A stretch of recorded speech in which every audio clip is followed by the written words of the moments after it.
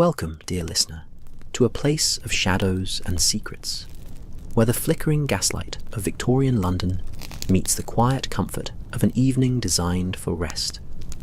This is a story meant to slow your thoughts, to carry you gently into that peaceful space between waking and sleeping, where mysteries unfold like dreams, and every revelation brings not alarm but wonder. Tonight, we journey together into the fog-bound streets of 1892, where the greatest detective of all time encounters something ancient, something hidden, something that exists just beyond the edge of ordinary understanding. Before we begin, I invite you to settle deeply into your pillows, to adjust your blankets just so, to let the weight of the day fall away like autumn leaves drifting to the ground. And if you would, tell me, where are you listening from tonight as the world grows quiet around you? Now, settle in, get comfortable, and breathe with me as we begin. The rain came to Baker Street that November evening with the persistence of a whispered secret, each drop tapping against the window panes of number 221B in a rhythm that spoke of patience, of time measured not in minutes, but in the slow accumulation of moisture on glass. Inside, the sitting room glowed with the warm amber light of a coal fire that crackled and shifted in its grate, sending shadows dancing across the Persian slipper that hung from the mantelpiece and the chemical apparatus that cluttered one corner of the room with its glass retorts and copper tubing. The air held the rich scent of pipe tobacco, a particularly fine Arcadia mixture, mingling with the faint mustiness of old books and the sharper note of coal smoke that curled lazily upward to stain the ceiling a comfortable shade of cream.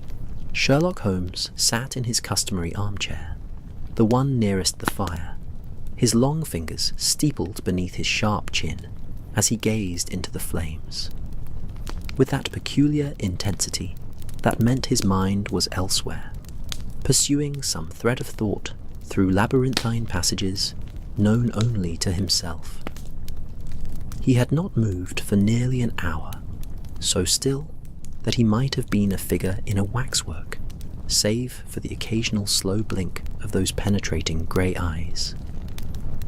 Across from him, Dr. John Watson had long since abandoned any attempt at conversation, settling instead into his own chair with the evening edition of the Times spread across his lap, though his attention wandered frequently from the printed page to the rain-streaked window, where the street lamps of Baker Street cast their wavering reflections in pools of golden light. The clock on the mantelpiece marked 10:30 with a gentle chime that seemed to float through the room like a sigh. Watson stirred, folding his newspaper with a rustle of paper that broke the comfortable silence. "Shall I ring for Mrs. Hudson to bring up some tea?" he ventured, his voice soft in deference to the late hour and the peaceful atmosphere. A pot of Darjeeling might be just the thing on such a damp evening. Holmes emerged from his reverie with the slow grace of a man surfacing from deep water, his eyes refocusing on his companion with gradual awareness. Yes, Watson, capital idea," he murmured, his voice carrying that musical quality that came when he was pleasantly abstracted. "Though I suspect our landlady retired some time ago. Perhaps we might manage for ourselves. There should be water still warm in the kettle by the hearth." Watson rose with the creaking of leather that comes from a well-worn chair releasing its occupant, moving toward the small spirit stove that sat on a side table, where indeed a copper kettle rested, still faintly steaming. As he busied himself with the tea things, the delicate china cups, the silver spoons, the small pot painted with blue willows, The room filled with the domestic sounds of preparation, the clink of porcelain, the whisper of dried leaves being measured from their caddy, the gentle gurgle as hot water met the waiting tea. It was precisely at this moment, as Watson poured the first stream of amber liquid into Holmes's cup, that the sitting-room door opened with a soft creak of hinges in want of oil. Mrs. Hudson stood framed in the doorway, her grey hair slightly dishevelled, a woolen shawl wrapped around her nightdress, and in her hand a small silver tray bearing a single white calling card. "Mr. Holmes," she said, her voice apologetic but firm, "I know the hour is late, but there is a gentleman downstairs who insists he must see you tonight. He says it is a matter of some urgency, though he appears quite calm for all that. I would have sent him away, but there is something about him, a quality I cannot quite name, that made me think you would wish to receive him despite the hour." Holmes was on his feet in an instant. His lethargy vanished as completely as morning mist before the sun, his entire being suddenly alert and focused. "Show him up, Mrs. Hudson, by all means. Watson, pour a third cup, if you would. Our visitor will likely appreciate something warming." He crossed to the card that Mrs. Hudson extended, his long fingers plucking it from the tray with the delicacy of a pianist striking a single key. His eyes scanned the engraved text, and Watson saw a flicker of interest pass across his friend's aquiline features. "Fascinating," Holmes murmured, more to himself than to his audience. "Most fascinating indeed." Within moments, footsteps sounded on the 17 stairs that led to the sitting room, measured and unhurried, the tread of a man accustomed to moving through the world with deliberate purpose. The figure that appeared in the doorway was tall and spare, perhaps 60 years of age, dressed in a black frock coat of expensive cut that nonetheless showed signs of wear at the cuffs and collar.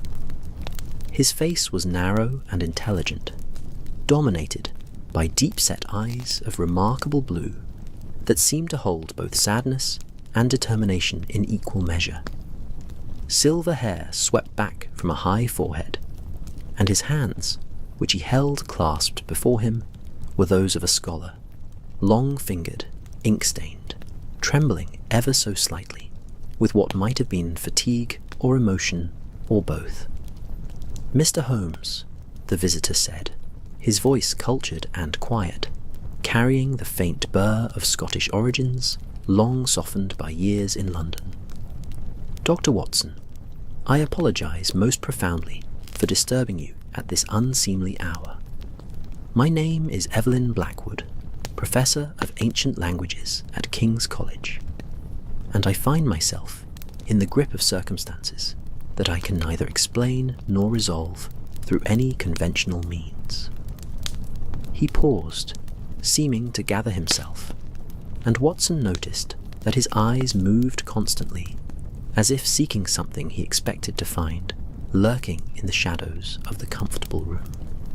"I am being followed, gentlemen, not by common criminals or private inquiry agents, but by something far older and far stranger.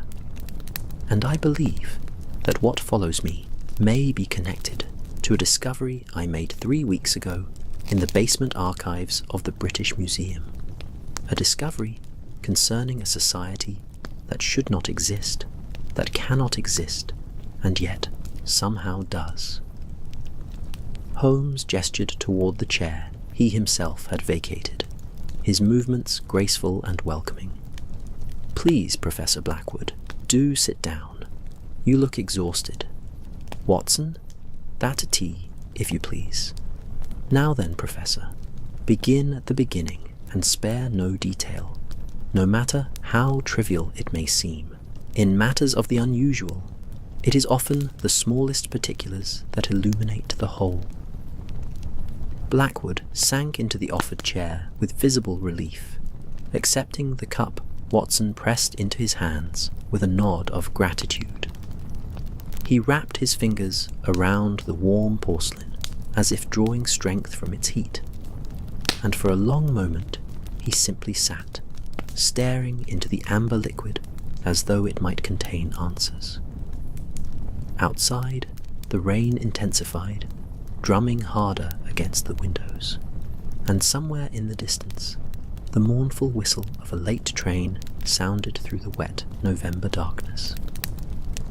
"I have spent 30 years," Blackwood began, his voice steadying as he spoke, "studying the esoteric traditions of medieval London, the alchemists, the mystery cults, the practitioners of what our ancestors called natural philosophy, but what we might recognize as the borderlands between science and something older, something that predates what we understand as rational inquiry.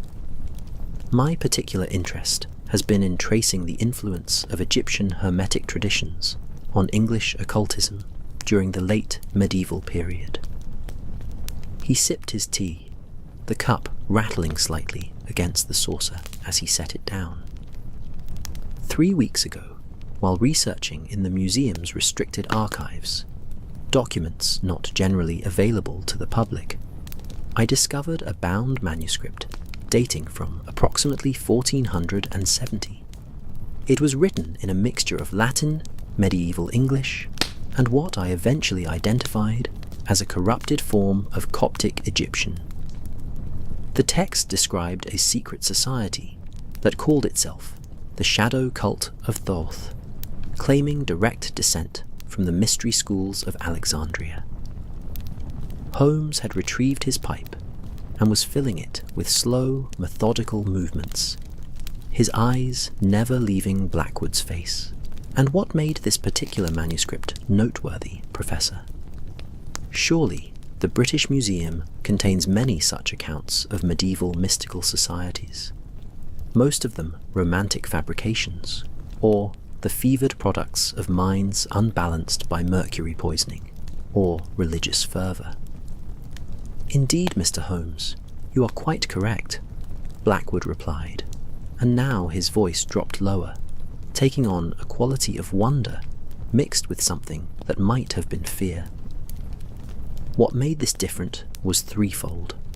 First, the manuscript contained detailed architectural drawings of a temple complex that I recognized, not from any text, but from an actual location here in London, a series of chambers beneath the old Templar church near Fleet Street that were sealed in 1666 after the Great Fire and supposedly never reopened. Second, the text included chemical formulae that, when I showed them to a colleague in the sciences, proved to be accurate instructions for creating a particular type of phosphorescent compound unknown in medieval Europe, but documented in Alexandrian papyri. And third, he paused, reaching into his coat to withdraw a folded sheet of paper. This was tucked between the pages of the manuscript. It is not medieval, gentlemen. It was written within the last month. Watson leaned forward as Holmes took the paper, unfolding it with careful fingers. Even from his position, Watson could see that it was modern notepaper, and upon it, written in a flowing hand that managed to be both elegant and somehow disturbing, were words in English. "The seeker has found what was hidden. The shadows remember. We are watching. We are waiting. The door will open when the stars align, and those who know the ancient words may pass through. But knowledge demands a price, and the price is always paid in time. Before you fall asleep, write in the comments what time it is for you and where you are from. I love knowing that we share this quiet moment across distances and hours." The room seemed to grow quieter still, as if the revelation had absorbed sound itself. Holmes held the paper to the lamplight, examining it with that microscopic intensity That Watson knew meant he was noting every detail. The quality of the paper, the particular ink used, the pressure of the pen strokes, the spacing of the words. Outside, a hansom cab clattered past on the wet cobblestones, its passing a reminder of the ordinary world continuing its course beyond the walls of Baker Street, unaware of the strange currents that sometimes flowed beneath the surface of everyday London. "Remarkable," Holmes said at last, his voice soft but thrumming with that particular energy that came when a problem worthy of his talents presented itself. "Watson, observe the formation of the letters.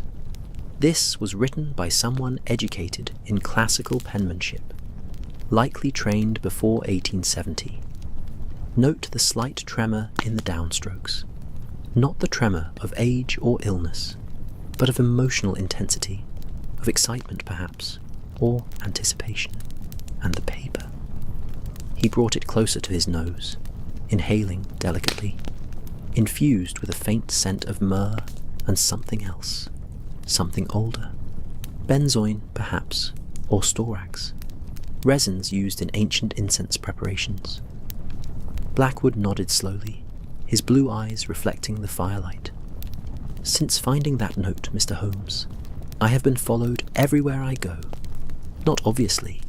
There are no footsteps echoing behind me in empty streets, no faces that appear repeatedly in crowds. It is more subtle than that, more pervasive. I feel watched, constantly observed. Twice I have returned to my rooms at the college to find small objects moved. Nothing taken, you understand, but my books rearranged, papers shuffled into different orders. And yesterday, when I attempted to return to the museum to examine the manuscript again, I was told it could not be located. The archivists seemed genuinely bewildered. The catalogue showed it should be exactly where I had found it, but the shelf was empty, and no record existed of anyone removing it. Holmes began to pace, his pipe trailing fragrant smoke, his shadow stretching and contracting against the wall as he moved through the lamplight. "Tell me, Professor, have you shared your discovery with anyone else? Colleagues? Students? Friends?" "Only one person," Blackwood admitted. "A fellow scholar, Dr. Ambrose Thorne, who specializes in medieval ritual practices. I showed him my notes and translations perhaps 10 days ago. He was deeply interested, particularly in the architectural drawings, and asked if he might make copies for his own research. I saw no harm in it at the time." He paused, his fingers tightening around his teacup. "But when I tried to reach him 2 days ago, his housekeeper told me he had departed suddenly for the countryside, leaving no forwarding address and no indication of when he might return. Most unlike him," she said. "Dr. Thorne is a man of rigid habits, not given to impulsive travel." The fire shifted in the grate, sending up a shower of sparks that danced briefly before dying, and Watson found himself wondering, not for the first time, how Holmes's cases so often seemed to draw them into realms where the comfortable certainties of the everyday world grew thin and strange. He watched his friend's profile against the window, where rain still streamed down the glass like tears, and waited for what he knew would come. The moment when Holmes would commit himself to the mystery, when that brilliant, restless mind would seize upon the puzzle and worry at it until every thread was unravelled and every shadow illuminated. Holmes turned from his pacing, and his eyes held that gleam that Watson recognized, that mixture of intellectual excitement and grim determination. "Professor Blackwood," he said quietly, "I believe you have stumbled upon something quite extraordinary, something that reaches back through centuries and forward into the present moment in ways we do not yet understand. I will take your case, and we shall pursue it wherever it leads, into dusty archives or hidden chambers, through the respectable streets of London, or down into whatever darkness may lie beneath. But I must warn you that once we begin this investigation, we may uncover truths that are better left buried, secrets that were sealed away for reasons that seemed sound to those who sealed them. Blackwood rose from his chair, setting down his cup with trembling hands, and Watson saw in his face a mixture of relief and something like exultation. "Mr. Holmes, I am a scholar. The pursuit of knowledge has been my life's work, and I cannot turn away from this mystery any more than I could cease breathing. Whatever we discover, whatever price knowledge demands, I am prepared to pay it. Truth, in the end, is always worth the cost." "Then we begin tomorrow," Holmes said, extending his hand, which Blackwood clasped with surprising strength. "Return here at 9 o'clock in the morning, and bring with you any notes, translations, or copies of the manuscript materials you still possess. Watson and I shall make some preliminary inquiries tonight. There are certain sources of information available to me that may prove illuminating. Until tomorrow, Professor, I suggest you return to your college rooms, lock your door, and try to rest. Whatever follows you, I do not believe it means you immediate harm, or such harm would already have been visited upon you." After Blackwood had departed, his footsteps receding down the stairs and out into the rain-soaked night, Watson and Holmes stood together at the window, watching the professor's tall figure hurry away beneath a black umbrella until the darkness and the rain swallowed him completely. The street below was empty now, the lamps casting their wavering pools of light on wet pavement, and somewhere a clock struck 11, its chimes carrying through the damp air like signals from a distant world. "What do you make of it, Holmes?" Watson asked quietly, his breath misting the cold glass. "A genuine mystery, or an elaborate hoax?" Holmes was silent for a long moment, his keen eyes scanning the shadows of Baker Street, as if expecting to see something materializing from the darkness between the lamps. "I think, my dear Watson," he said at last, his voice thoughtful and strangely distant, "that we are about to embark upon one of the most singular investigations of our career. There are forces in this city, older than the buildings that house them, traditions that persist beneath the surface of our modern rational age, like underground rivers flowing through forgotten channels. Whether what Professor Blackwood has discovered is genuine or fabricated matters less than the fact that someone, or something, has gone to considerable trouble to make him believe in its reality. The question is not whether the shadow cult of Thoth truly exists, but rather what purpose is served by making Blackwood, and now us, believe that it does." He turned from the window, and in the firelight, his face seemed carved from shadow and determination. "Tomorrow, we descend into the archives and the old places of London.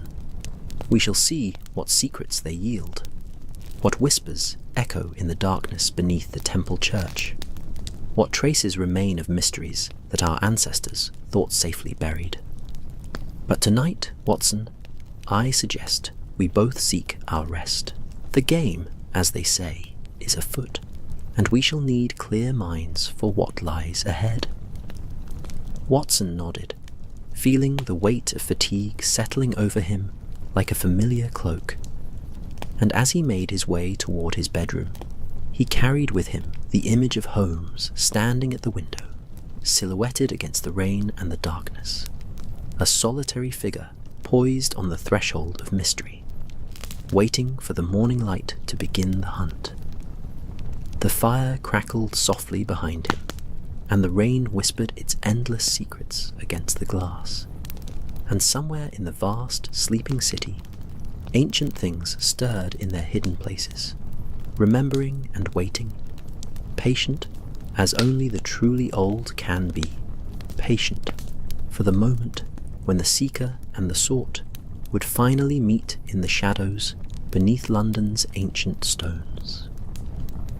Morning arrived at Baker Street, not with fanfare, but with the pale grey light of a London fanfare, but with the pale grey light of a London dawn that seeped through the curtains like watercolour, bleeding across paper, turning the sitting room from black to charcoal, to the soft dove grey of November skies. Watson woke to the smell of coffee, strong and bitter, and the sound of Holmes moving about the sitting room, with that peculiar energy he possessed when his mind had fastened upon a problem worth solving. No rest for the detective, it seemed, despite the late hour they had retired. Watson dressed slowly, feeling the pleasant ache of a night's good sleep in his bones, and emerged to find Holmes already fully attired in his morning coat, the breakfast table laden with toast, marmalade, and the coffee whose aroma had drawn Watson from his dreams. "Ah, Watson," Holmes said, without looking up from the sheaf of papers he was studying. "I trust you slept well. I took the liberty of sending Billy round to the British Museum at first light, with a note to the head archivist. I have certain connections there that may prove useful. Also, I dispatched a telegram to my brother Mycroft. His knowledge of governmental records is unparalleled, and if this shadow cult has any connection to official documents, sealed files, or state secrets, he will know of it." Watson settled into his chair, accepting the cup of coffee Holmes poured, without pausing in his perusal of the papers. The liquid was scalding hot, exactly as Watson preferred it, and he sipped carefully while watching his friend work. Holmes had that look about him, the focused intensity that meant he had been awake for hours, his mind racing through possibilities and probabilities, constructing and discarding theories, like a builder sorting through materials before beginning construction. The morning light caught the planes of his face, highlighting the sharp angles of his features, and Watson thought, not for the first time, that his friend resembled nothing so much as a hawk poised to strike. The clock struck 9 precisely as footsteps sounded on the stairs, and Mrs. Hudson showed Professor Blackwood into the sitting room. The scholar looked markedly worse than he had the previous evening. His eyes were shadowed with sleeplessness, his clothes slightly dishevelled, and his hands trembled more pronouncedly as he accepted the chair Holmes offered and declined the coffee with a shake of his head. "Forgive me, gentlemen," he said, his Scottish burr more evident in his fatigue. "But I did not sleep. I could not. Every sound in the night seemed laden with significance. Every creak of the floorboards a potential footstep. Every whisper of wind against the windows, a voice trying to speak to me." Holmes leaned forward, his grey eyes intent. "Did anything specific occur, Professor, or was it merely general unease?" Blackwood reached into his leather satchel, withdrawing a notebook, bound in worn brown leather, and a portfolio of loose papers. "At approximately 3 o'clock in the morning, I heard what I can only describe as singing, very faint, as if coming from a great distance or from beneath the earth itself. A chant in no language I could identify, though certain words seemed almost familiar, as if I should know them, but could not quite grasp their meaning. It lasted perhaps 5 minutes, then ceased as suddenly as it had begun." He opened the portfolio with shaking hands, spreading out several sheets covered in his careful handwriting and precise drawings. "These are my translations of the manuscript and reproductions of the architectural diagrams. I thought it best to bring everything." Watson moved closer to examine the papers, while Holmes remained seated, his fingers steepled beneath his chin in his characteristic pose of concentration. The drawings showed a series of chambers, arranged in a pattern that seemed to follow some geometric principle Watson could not quite discern. Circles within squares, corridors that branched at specific angles, a central chamber marked with symbols that might have been Egyptian, or might have been something older still. The translations were fragments, pieces of ritual instruction mixed with philosophical meditation on the nature of time, shadow, and the persistence of knowledge through the ages. "The society," Blackwood explained, pointing to specific passages, "claimed to possess wisdom brought from Alexandria when that great library was destroyed. They believed that certain knowledge was too dangerous to be written down completely, too powerful to be shared openly, and so they encoded it in rituals, in architectural arrangements, in the very stones of their meeting places. The manuscript speaks of the door of shadows, a threshold between the world of ordinary time and what they called the eternal moment, where past, present, and future existed simultaneously." Holmes rose and crossed to the window, gazing down at Baker Street, where morning traffic had begun its daily flow. Carts and carriages, street vendors and pedestrians, the ordinary commerce of London proceeding in blessed ignorance of mysteries and cults. A milk wagon passed, the bottles clinking musically in their crates, and somewhere a church bell tolled the half-hour with bronze solemnity. "Professor," Holmes said, without turning from the window, "you mentioned yesterday that Dr. Thorne had copied your materials. Do you know what specifically interested him about the architectural drawings?" "He was particularly focused on the measurements," Blackwood replied, reaching for another sheet. "He pointed out that the proportions of the central chamber matched exactly the dimensions of the Holy of Holies in Solomon's Temple, as described in the Book of Kings, a cube of 20 cubits. He seemed quite excited by this, said it suggested a deliberate attempt to recreate sacred geometry in a London setting." A knock at the door interrupted them, and Mrs. Hudson entered, bearing a telegram on her small silver tray. Holmes took it, his eyes scanning the message rapidly, and Watson saw a slight smile cross his friend's austere features. "From Mycroft," Holmes announced, "most illuminating.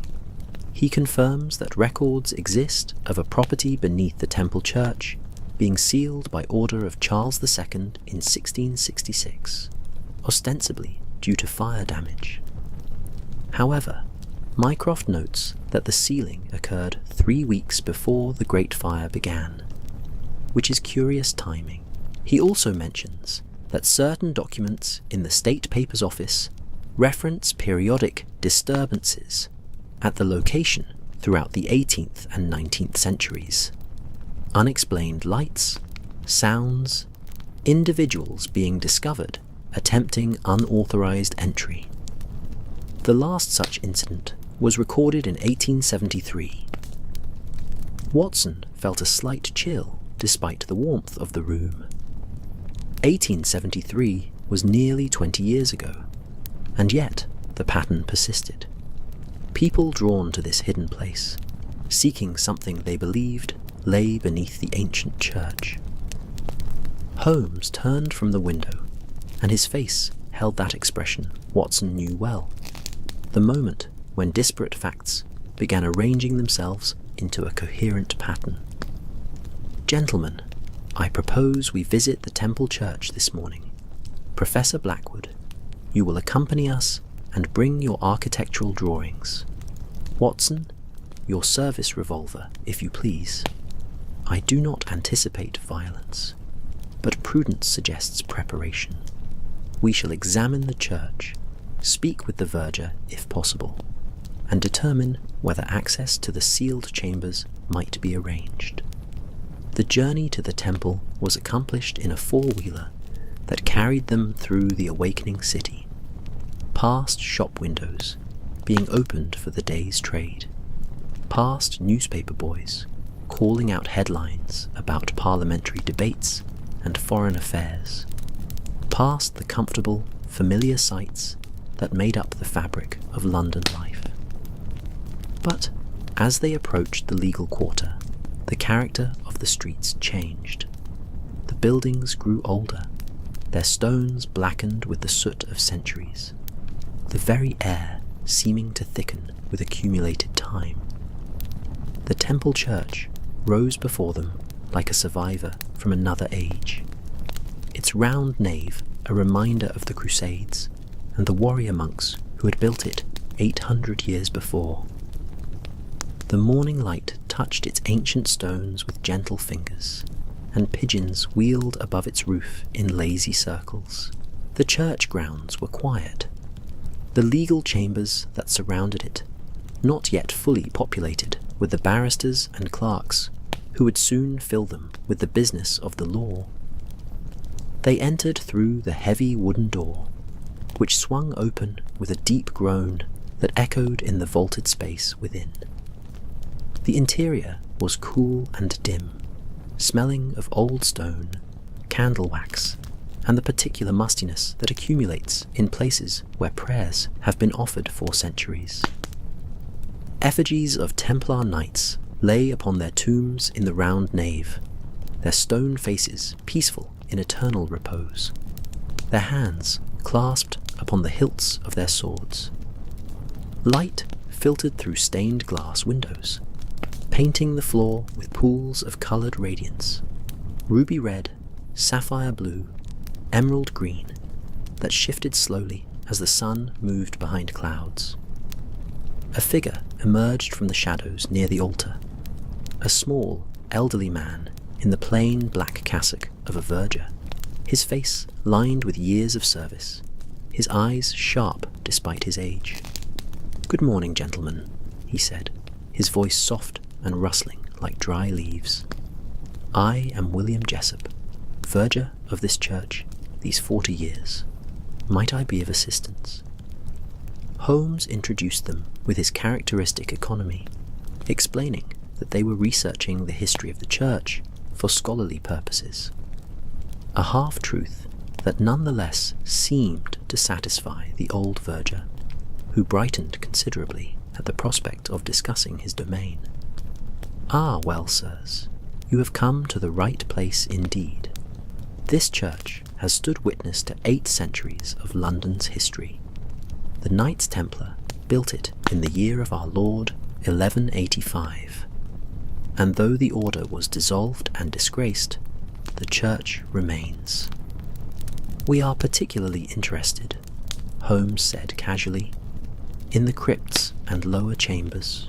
I understand there are portions of the church that have been sealed for some time." Jessup's friendly expression clouded slightly, and he glanced toward a door set in the north wall of the nave, a door so old and darkened with age that it seemed almost part of the stone itself.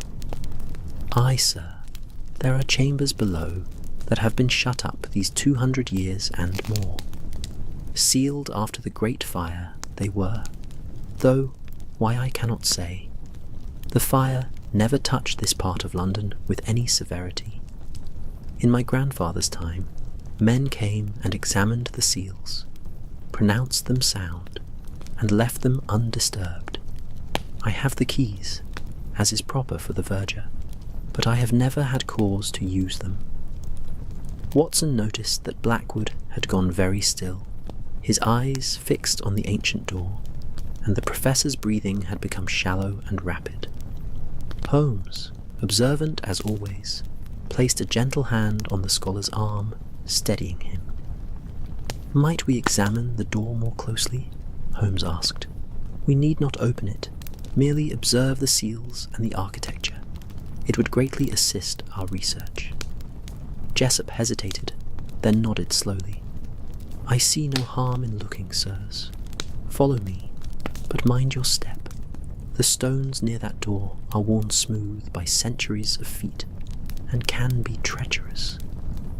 They approached the door together, and as they drew nearer, Watson became aware of a curious sensation, a change in the quality of the air, as though they were approaching a boundary between different atmospheres. The door itself was oak, black with age, and bound with iron straps that had rusted to a deep, rich brown. Across it, wax seals had been affixed at various points, each seal bearing the impress of different authorities: royal warrants, ecclesiastical symbols, government stamps spanning centuries of repeated closure and verification. Holmes produced a magnifying glass from his pocket and began examining the seals with minute attention, while Blackwood unfolded his architectural drawings, comparing them to the visible features of the church's structure. Watson stood slightly back, his hand resting unconsciously near the pocket where his revolver resided, though he could not have said what threat he anticipated. "Remarkable," Holmes murmured. "Watson, observe. These seals are not contemporary. The most recent dates from 1873, as Mycroft indicated, but beneath it you can see older seals that have been partially preserved. They form a layering, like geological strata, each generation adding its own prohibition to those that came before." It was at this moment that they heard it, so faint that at first Watson thought he had imagined it, but the sudden stillness of his companions confirmed that they heard it too. From somewhere beyond the door, or beneath it, or perhaps from within the very stones themselves, came a sound like singing, distant and ethereal, a melodic chanting that seemed to rise and fall in waves like breathing. The language was unknown, the rhythm hypnotic, and Watson felt his pulse slow involuntarily, as though his very heartbeat sought to match the cadence of that ancient song. Jessup had gone pale, backing away from the door with his hands raised as if to ward off something invisible. "Blessed Mary preserve us," he whispered. "I have heard that sound before, in the deep of winter nights when I lock the church before sleep. I thought it merely the wind in the old stones, but now—" His voice trailed away, and his hands trembled as he made the sign of the cross.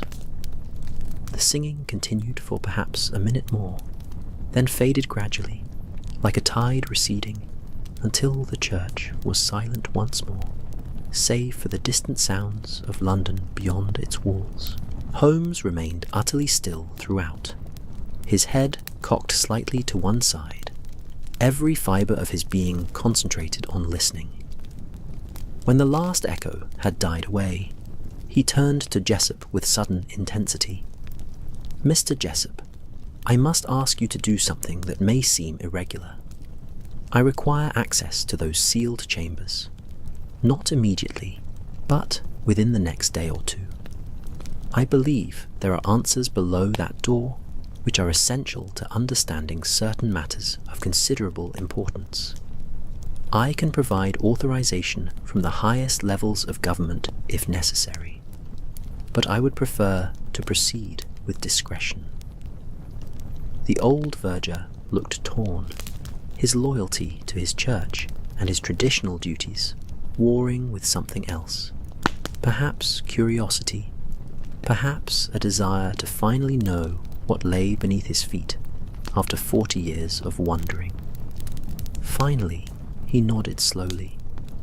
"I will need to consult with the master of the temple, sir, but if you can indeed provide proper authorization, I see no reason why access might not be granted." Though I confess, gentlemen, that sound, it unnerves me greatly. Whatever lies below, it has rested undisturbed for centuries. Perhaps there are reasons it was sealed away. Perhaps, Holmes agreed quietly. But those reasons belong to the past, and we live in the present, where knowledge rather than ignorance must be our guide. We shall return tomorrow with the necessary permissions. Until then, I ask only that you speak of our visit to no one, not to the master, not to your fellow church staff, not even to your family. Discretion in this matter may be essential. They emerged from the church into pale November sunshine that seemed almost startling after the dimness within. The ordinary world continued its course around them. A barrister hurrying past with his wig box. A clerk carrying a sheaf of legal documents. A street sweeper clearing the pavement with methodical strokes. But Watson felt as though they had stepped across some invisible threshold, as though the singing they had heard had marked them in some subtle way. As their four-wheeler carried them back toward Baker Street, Blackwood sat hunched in his corner, his architectural drawings clutched to his chest, his eyes distant and troubled. It was the same song, he said finally, his voice barely audible above the clatter of hooves and wheels. The same chanting I heard last night in my rooms. Whatever watches, whatever waits, it knows we are coming. It is calling to us, drawing us in, and I cannot tell whether we pursue this mystery or whether it pursues us. Holmes said nothing, but Watson saw his friend's jaw tighten with determination, and knew that whatever lay ahead, whatever secrets waited in the darkness beneath the temple church, they would face it together, as they had faced so many other mysteries before. The game was indeed afoot, and there would be no turning back now, only forward into the shadows and whatever revelations they might hold. The afternoon found Holmes in his element, surrounded by a fortress of books that Mrs. Hudson had helped carry up. Froon had helped carry up from the antiquarian bookshop on the Charing Cross Road, volumes on medieval alchemy, treatises on Egyptian mystery cults, scholarly works on the history of secret societies in England. They were piled on every available surface of the sitting room, their leather bindings releasing the scent of old paper and library dust, their pages yellowed with age and marked with the marginalia of previous readers who had pursued similar paths of esoteric knowledge. Holmes sat cross-legged on the floor in the centre of this literary labyrinth, still dressed in his morning clothes, but with his collar loosened and his sleeves rolled to the elbows, moving between volumes with the methodical precision of a scholar at work. Watson occupied his usual chair, ostensibly reading the medical journal that had arrived in the Morning Post, but in truth watching his friend with that mixture of admiration and bemusement that Holmes's more intensive researches always provoked. Professor Blackwood had departed an hour earlier, pleading exhaustion and the need to attend to his college duties, though not before extracting a promise from Holmes that he would send word the moment any significant discovery was made. The scholar had looked somewhat restored by daylight and activity, though shadows still lingered beneath his eyes, and he had glanced over his shoulder more than once as he descended the stairs, as if ensuring nothing followed him from Baker Street into the wider world. The clock ticked steadily on the mantelpiece, marking the passage of time in small increments, and the fire burned low in the grate, occasionally settling with soft sighs and whispers. Outside, the November day had taken on that peculiar quality of London afternoons, when the light seems suspended between day and night, neither bright nor dark, but dwelling in some intermediate realm of grey luminescence. A few pedestrians passed below on Baker Street, their footsteps muffled by the lingering dampness from yesterday's rain, and a barrel organ played somewhere in the distance, its melody drifting through the afternoon air like a ghost of summer fairgrounds. Holmes made small sounds as he worked, the rustle of turning pages, the occasional of interest or grunt of dismissal, the scratch of his pen as he made notes in his commonplace book. Watson had long since learned that these research sessions could last for hours, that his friend possessed the ability to lose himself completely in the pursuit of information, emerging only when some crucial connection had been made, or when physical necessity forced a pause. It was rather like watching a hunting dog following a scent, Watson thought. The same intensity, the same single-minded focus, the same willingness to pursue the trail wherever it might lead. The pleasant monotony of the afternoon was broken by the sound of rapid footsteps on the stairs, and Billy, the page boy, burst into the room with the thoughtless energy of youth, waving a telegram that he thrust into Holmes's outstretched hand, before scurrying away again with equal haste. Holmes tore open the envelope with one quick motion, his eyes scanning the message, and Watson saw his friend's expression shift from concentration to something sharper, more alert. "From my contact at the British Museum," Holmes announced, rising from the floor with the fluid grace that characterized all his movements. "The manuscript that Professor Blackwood discovered has not, as he was told, gone missing. It was removed from the archives yesterday morning by special order, an order bearing the signature of someone claiming to be a senior curator, though no such person exists on the museum staff. The archivists discovered the deception only this afternoon when they attempted to verify the paperwork. The manuscript is gone, Watson, taken by someone who knew precisely what they were looking for and had sufficient knowledge of museum procedures to forge convincing documentation." Watson set aside his journal, his interest fully engaged now. Then, whoever follows Blackwood is not content merely to observe. They are actively working to suppress the evidence of this cult's existence. "Or," Holmes countered, moving to the window where he stood silhouetted against the grey afternoon light, "they seek to gather all records and materials relating to the cult into their own possession. Consider, the manuscript is taken, Dr. Thorne disappears after viewing Blackwood's copies, and only the professor himself remains as a repository of the knowledge that manuscript contained. The question becomes, why has he not been silenced as well?" The fire crackled suddenly, a log breaking and sending up a shower of sparks that danced briefly in the dimness before fading, and Watson found himself drawing his chair slightly closer to its warmth. There was something in Holmes's tone that suggested dangers lurking just beyond the edge of visibility, threats that moved in the spaces between what was known and what was suspected. Holmes turned from the window, his grey eyes thoughtful.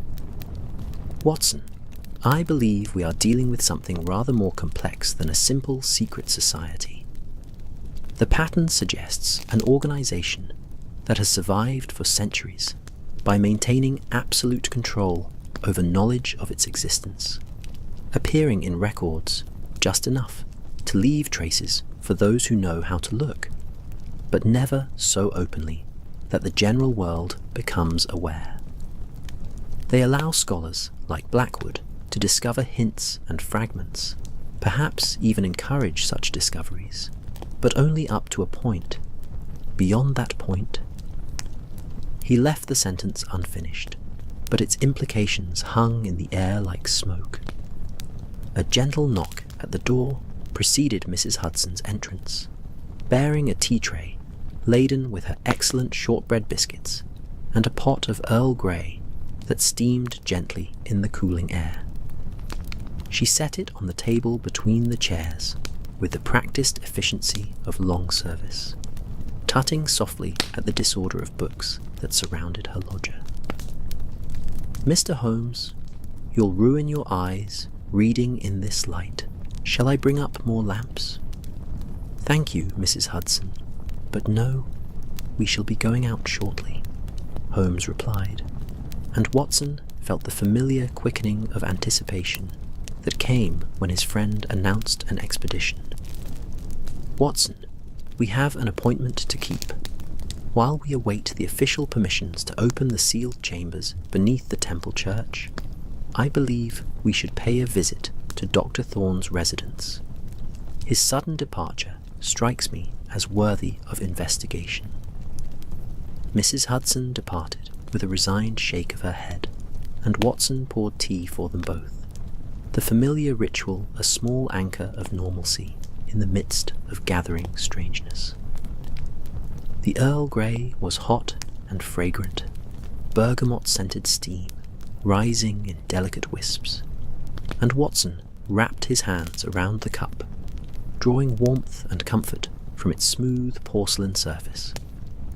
Holmes accepted his own cup absently, drinking it in 3 quick swallows before setting it aside and moving toward his bedroom to retrieve his coat and hat.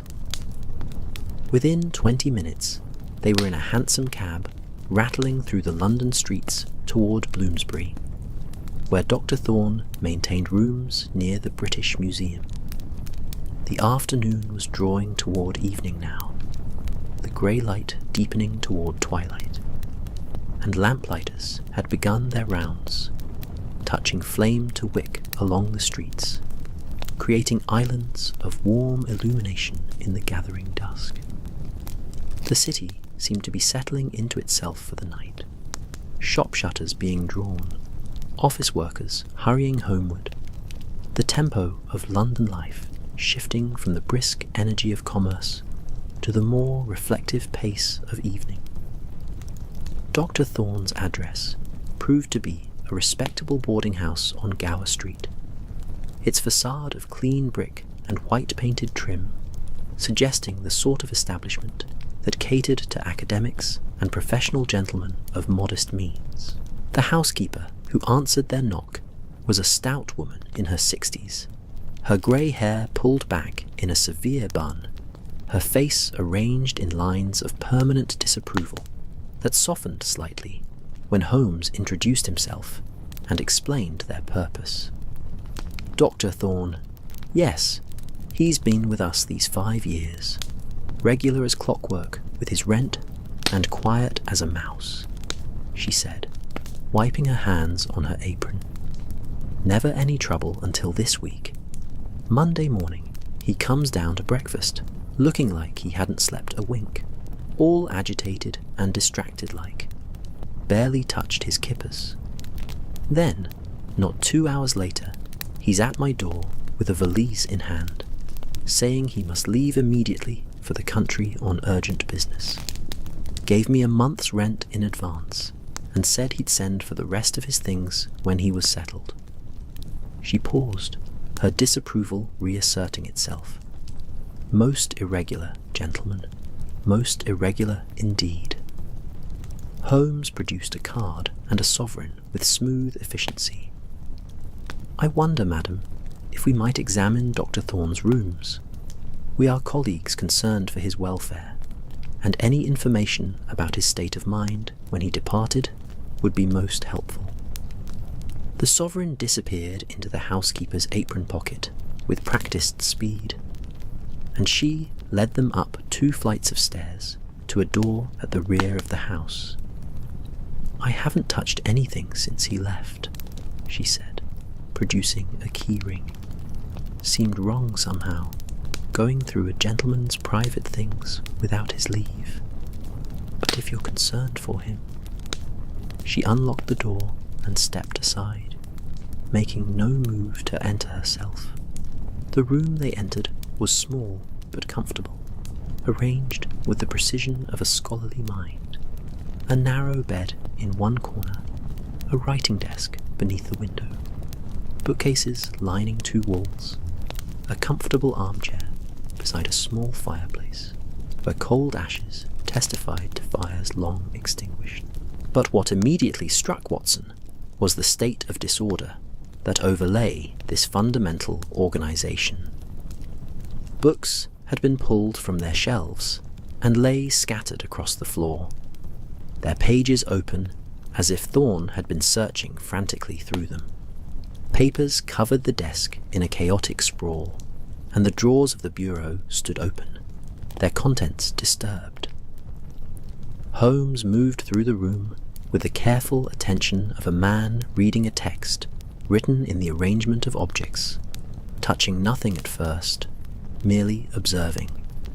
He paused before the desk, leaning close to examine the papers that littered its surface, and Watson joined him, looking over his shoulder at what proved to be notes in a cramped, hurried hand.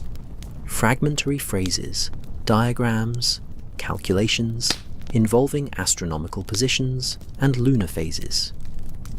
He was trying to determine something, Holmes murmured, his finger hovering above one particular sheet without touching it. Look here, Watson. Calculations for the winter solstice, notes about the alignment of certain stars, references to the opening and the threshold.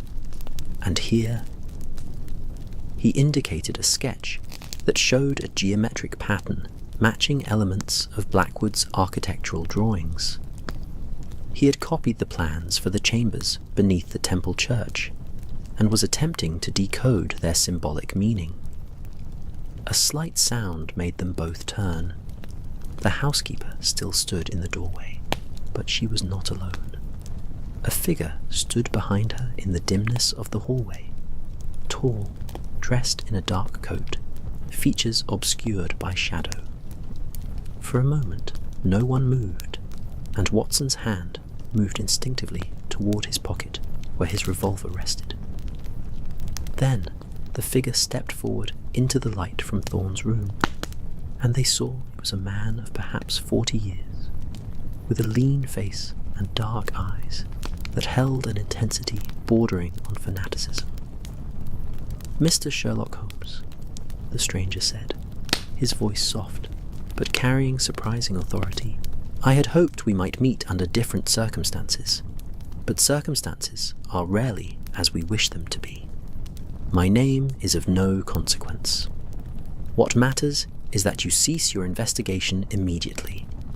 Dr. Thorne is safe. He has simply chosen to pursue certain inquiries in a location more conducive to contemplation. Professor Blackwood would be wise to do the same.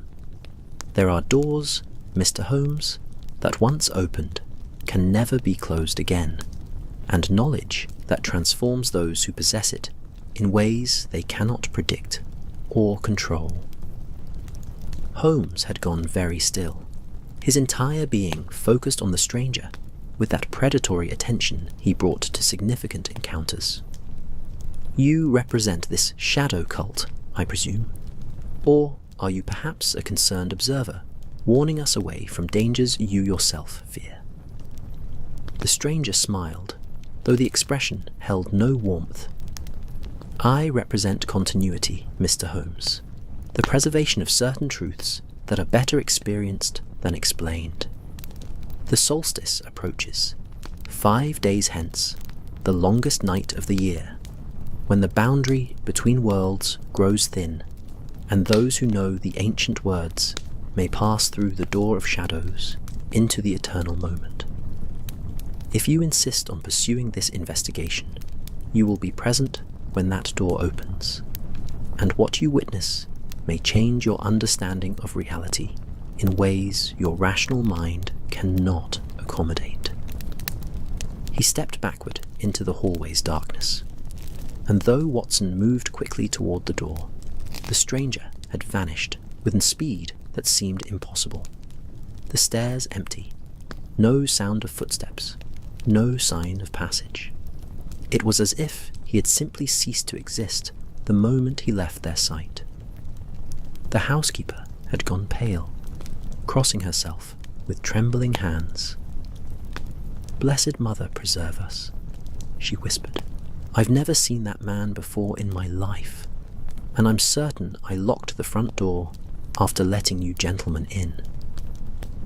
Holmes's jaw was set in that particular way that indicated both frustration and exhilaration. The frustration of being outmaneuvered, the exhilaration of facing an opponent worthy of his talents. He turned back to Thorne's scattered papers, gathering several sheets that seemed most relevant. And then they descended the stairs and emerged into the street where full night had now fallen, and the lamps burned bright against the darkness. As their hansom carried them back through the London night toward Baker Street, Watson voiced the question that troubled him most. "Holmes, do you believe what that man said about doors that cannot be closed and knowledge that transforms?" Holmes was silent for a long moment, his face illuminated intermittently by the street lamps they passed, alternating between light and shadow.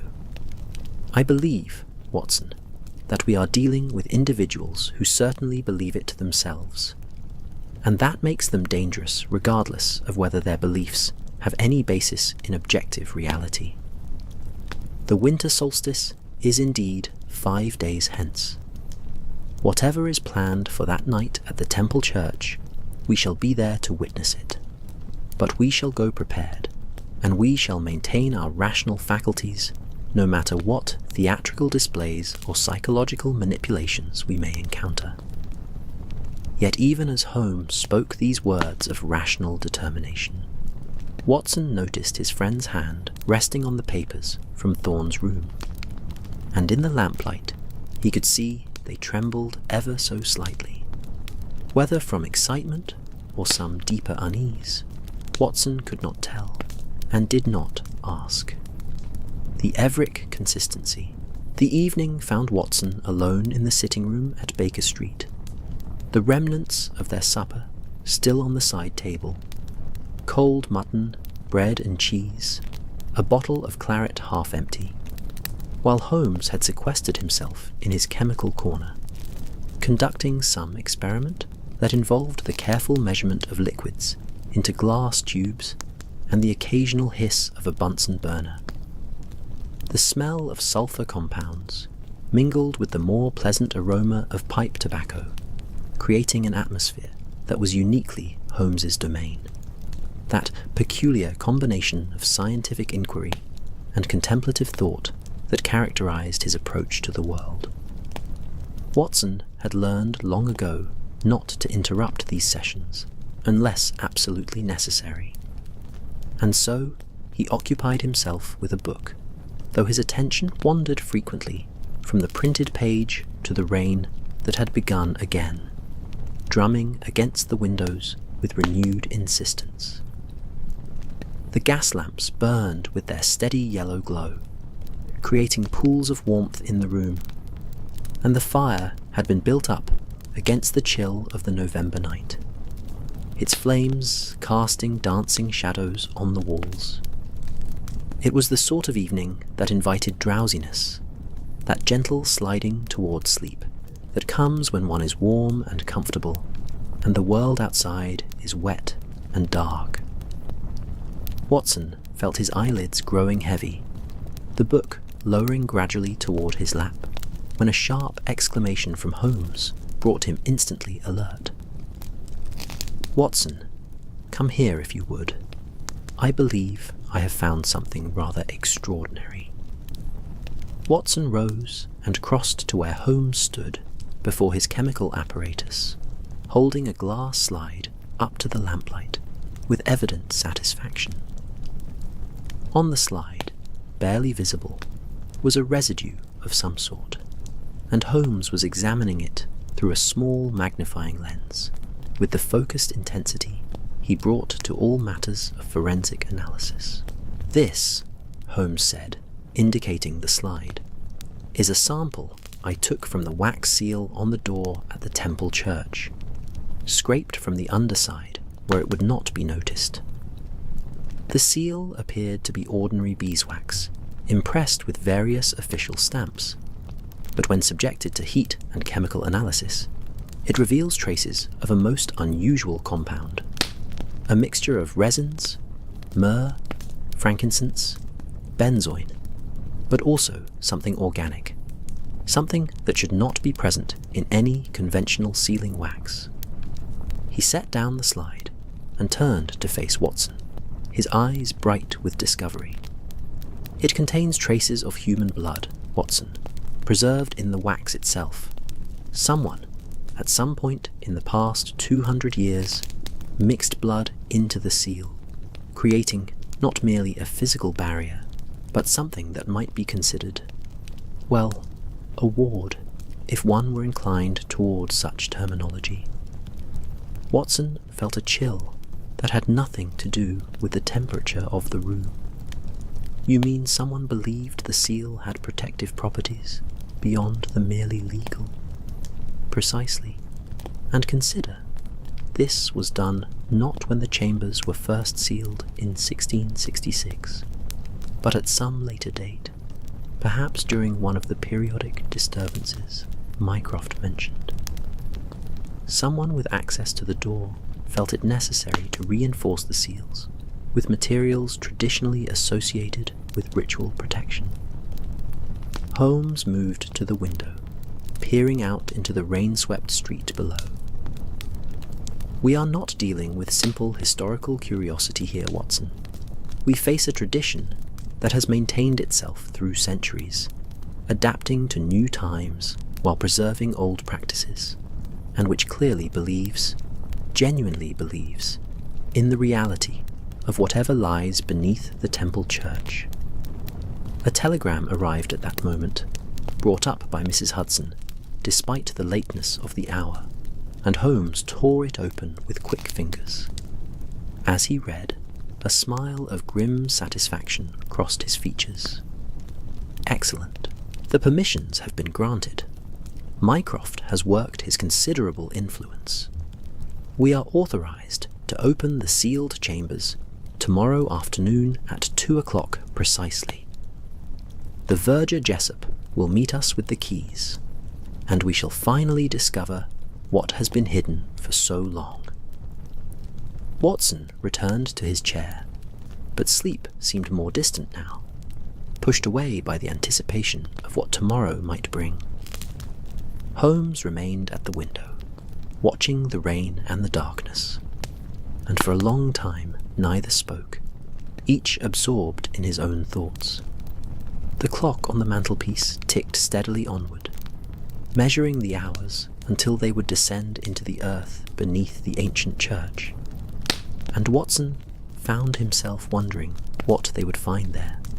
Dusty emptiness, perhaps, old stones and forgotten architecture, or something else, something that would justify the elaborate seals and the centuries of secrecy.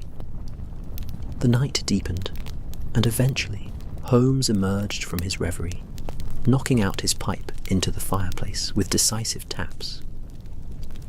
We should rest, Watson.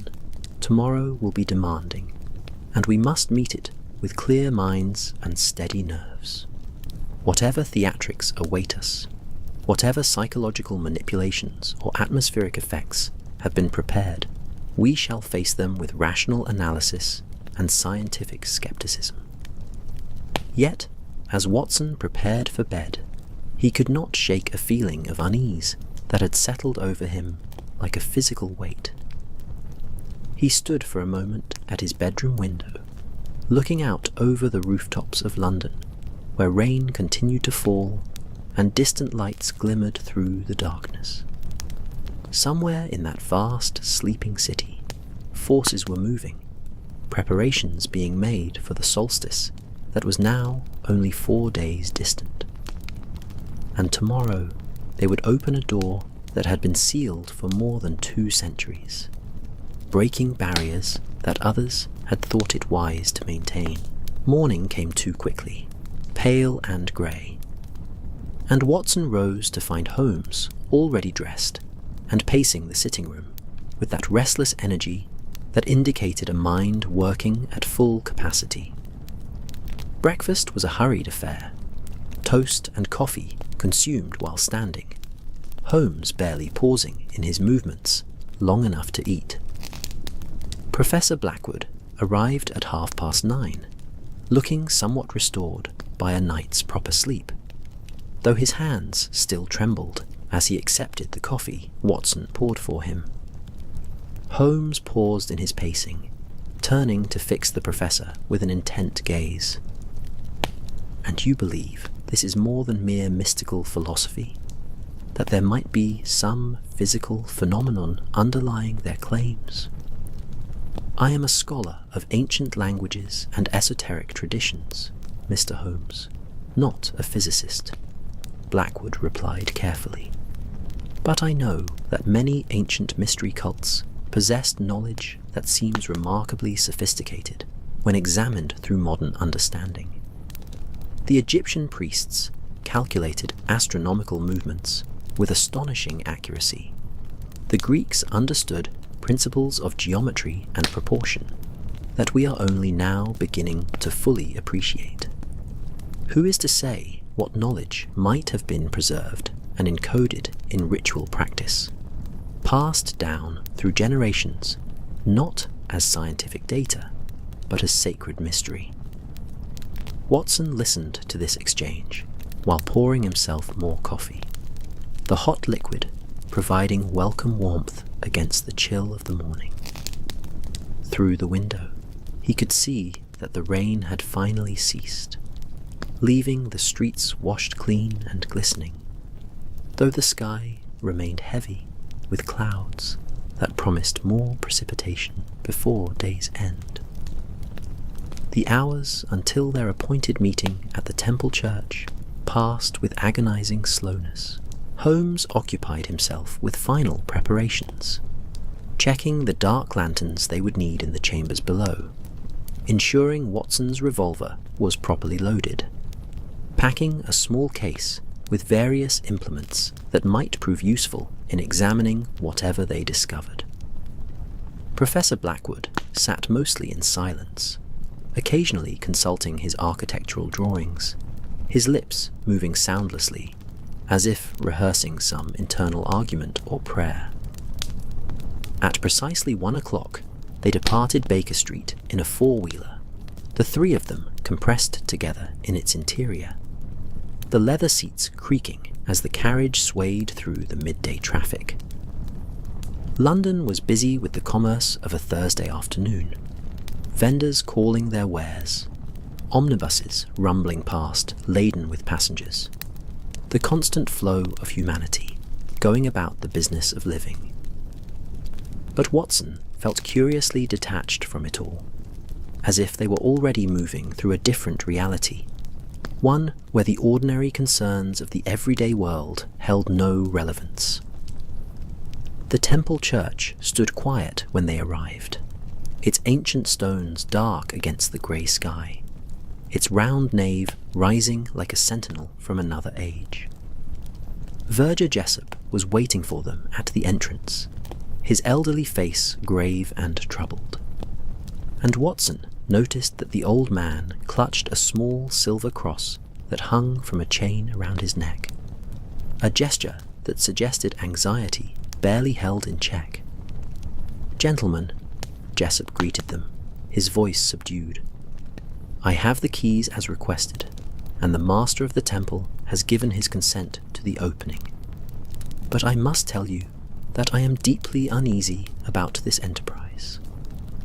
Last night, I remained in the church late, making my rounds as is my custom, and I heard the singing again, louder this time, more distinct, as if whatever produces that sound grows stronger as the solstice approaches."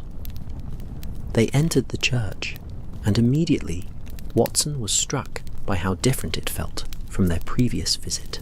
The quality of the light seemed altered somehow, thicker, as if the air itself had become denser.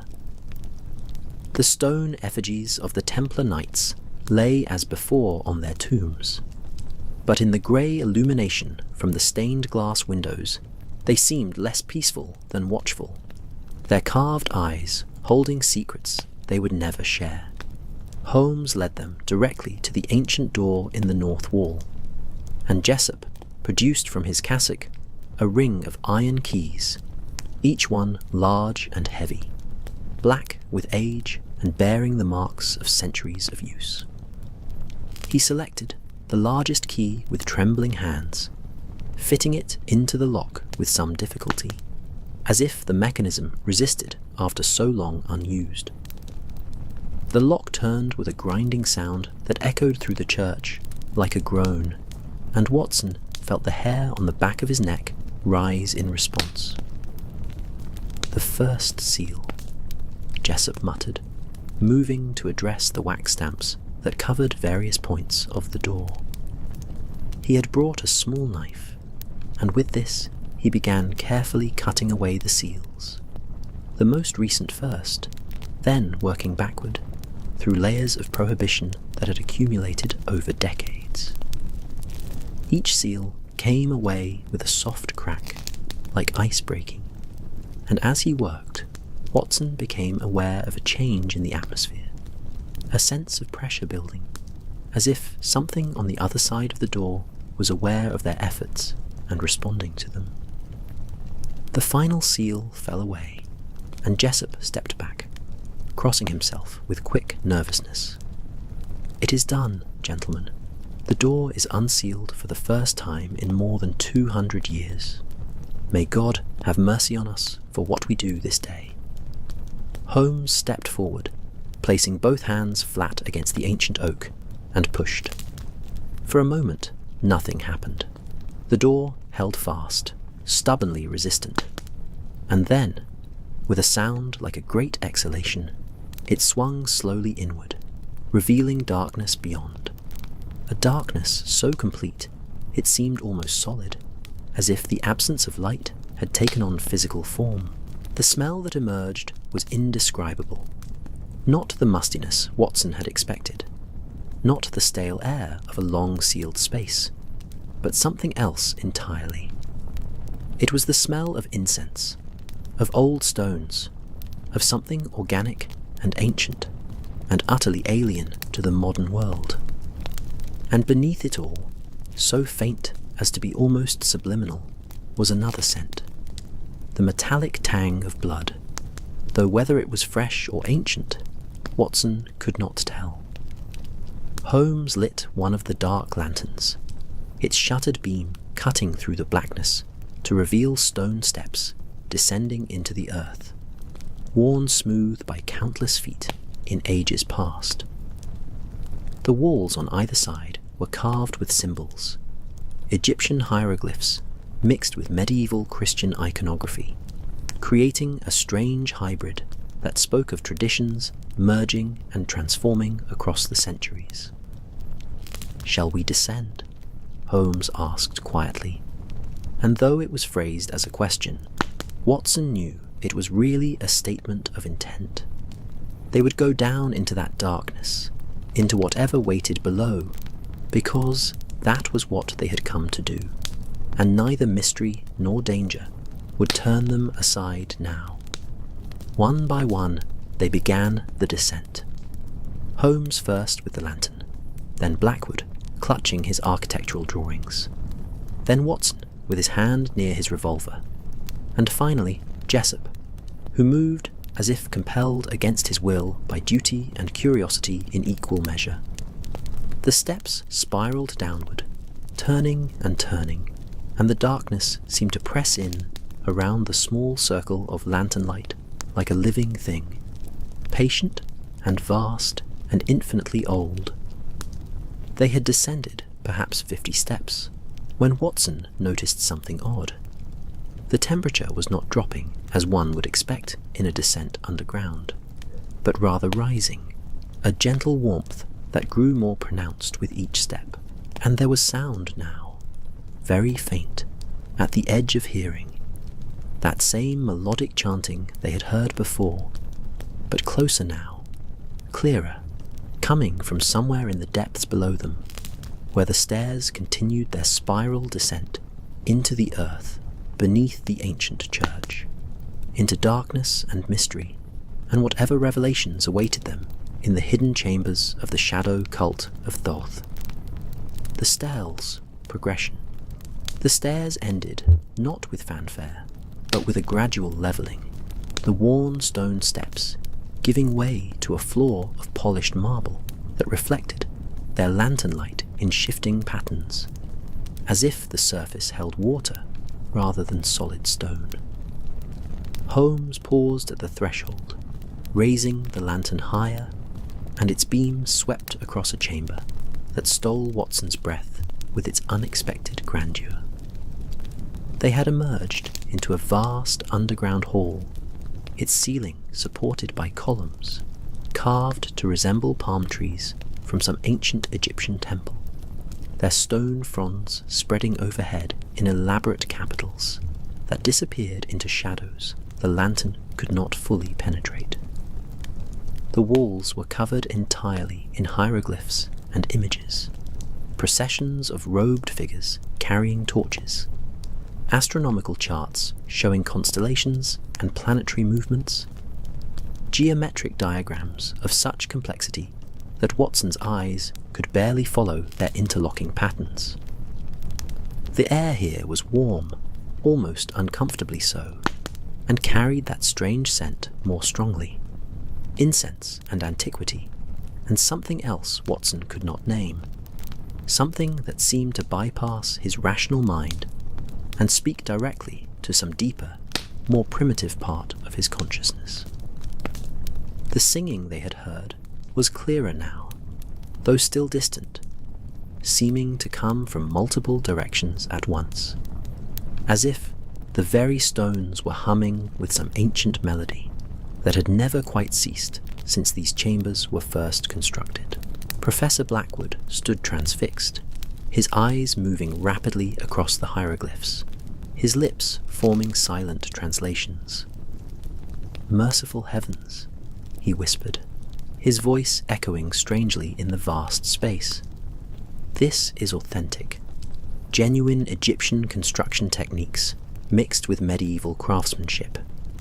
The inscriptions speak of the migration of wisdom from Alexandria, of knowledge preserved through fire and conquest, of the eternal return of all things that have been and shall be again." Holmes moved forward cautiously, the lantern beam revealing more of the chamber's dimensions. It was circular, Watson realized, perhaps 60 feet in diameter, and arranged in concentric rings that descended gradually toward a central point, like an amphitheater or perhaps a sundial laid horizontal. The floor was inlaid with symbols in different colored stones, gold and lapis lazuli, carnelian and obsidian, creating patterns that seemed to shift and change as the light moved across them, though Watson knew this must be mere optical illusion, born of the interplay between lantern light and polished stone. Jessup had remained near the stairs, his back pressed against the wall, his elderly face pale in the reflected light.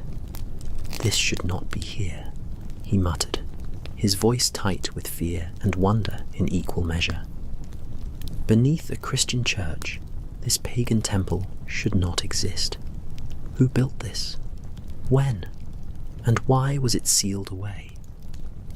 It was a question with no easy answer, and Holmes did not attempt one, instead moving methodically around the chamber's perimeter, examining the walls with minute attention, occasionally pausing to sketch something in the small notebook he had brought. Watson followed at a slight distance, his medical training asserting itself as he monitored his own physical responses to this strange environment.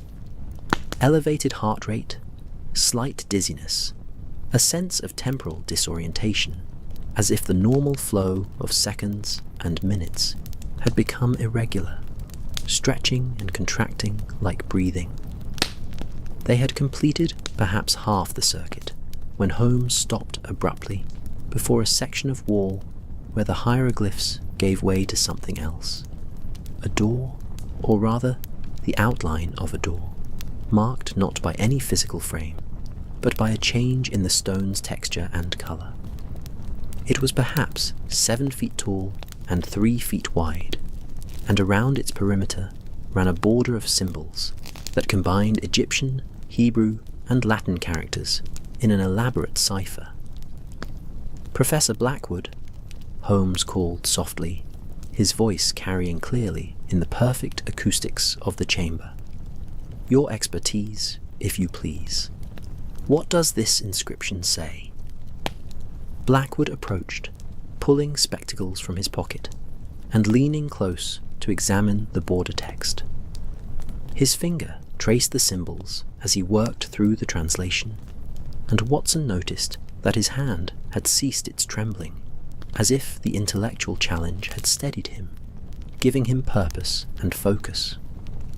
"It is a warning," he said finally, "and an invitation, paradoxically combined. Here lies the threshold between moments. Those who possess the words of opening may pass through time's door to stand in the eternal present, where all that was, is, and shall be, exists in singular unity.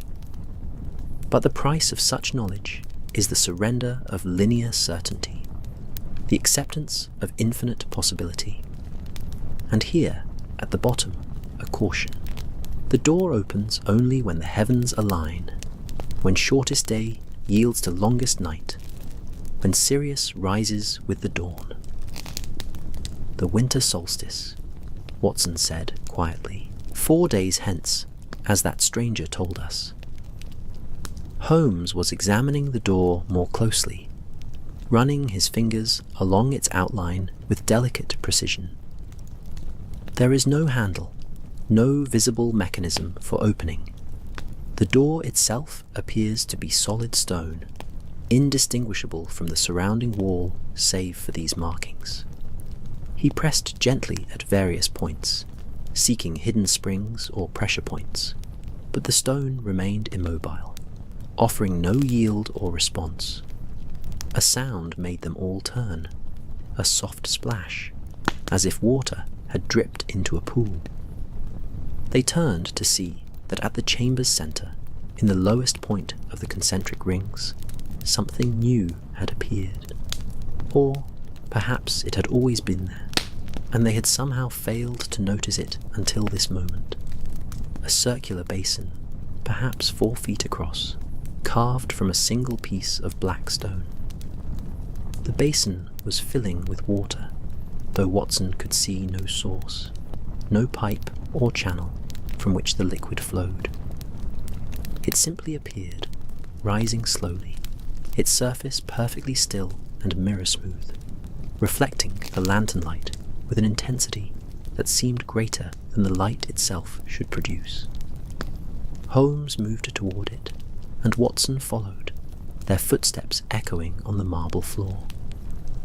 As they approached, Watson became aware that the temperature near the basin was different, cooler than the rest of the chamber, creating a perceptible boundary between the warmth that surrounded them and a circle of chill air that seemed to emanate from the rising water. "Extraordinary," Holmes murmured, kneeling beside the basin and extending one hand cautiously toward its surface. The water appears to be emerging from the stone itself, seeping through microscopic pores in a process I cannot explain through conventional hydrogeology. And observe the clarity. It is absolutely pure, without the slightest cloudiness or sediment. Blackwood had joined them, and he was staring into the water with an expression Watson could not quite interpret. Something between fascination and terror. "In the manuscript," he said slowly, "there was mention of the Mirror of Thoth, a sacred pool that showed not reflections of the present, but images of other times, other possibilities. The text described it as a tool for temporal scrying, a means by which the initiated could perceive the patterns underlying the flow of events. The water continued to rise, and as it neared the rim of the basin, Watson saw something that made him question his senses entirely. The surface was indeed reflecting their images. He could see himself, and Holmes and Blackwood bent over the basin, the lantern light creating halos around their heads. But there were other images too, layered beneath or beyond the immediate reflection, shadowy figures in robes performing rituals around this same basin, scenes from other times flickering past like pages being turned rapidly in a book. He saw the chamber as it must have looked centuries ago, filled with robed cultists, their faces hidden beneath hoods, their hands raised in gestures of invocation. He saw it empty and abandoned, dust accumulating on the floor. He saw it flooded with water, the entire space submerged. And he saw something else, something that sent ice through his veins despite the warmth of the chamber. He saw himself, and Holmes and Blackwood, standing exactly as they stood now, but the image was somehow different, as if viewed from a slightly altered angle, or perhaps from a different moment in time. A tremendous crash shattered the contemplative silence. One of the stone palm columns had shifted, its base grinding against the marble floor with a sound like thunder confined in stone. Dust rained down from above, and the column tilted perhaps an inch before settling again. But the movement sent cracks radiating outward across the ceiling, like lightning frozen in plaster. "The structure is unstable," Holmes said sharply, rising to his feet and pulling Watson back from the basin. The ceiling of these chambers may have been as much practical as mystical, preventing further deterioration of what was already damaged architecture. But Jessup, still near the stairs, shook his head with the certainty of long observation. "No, Mr. Holmes.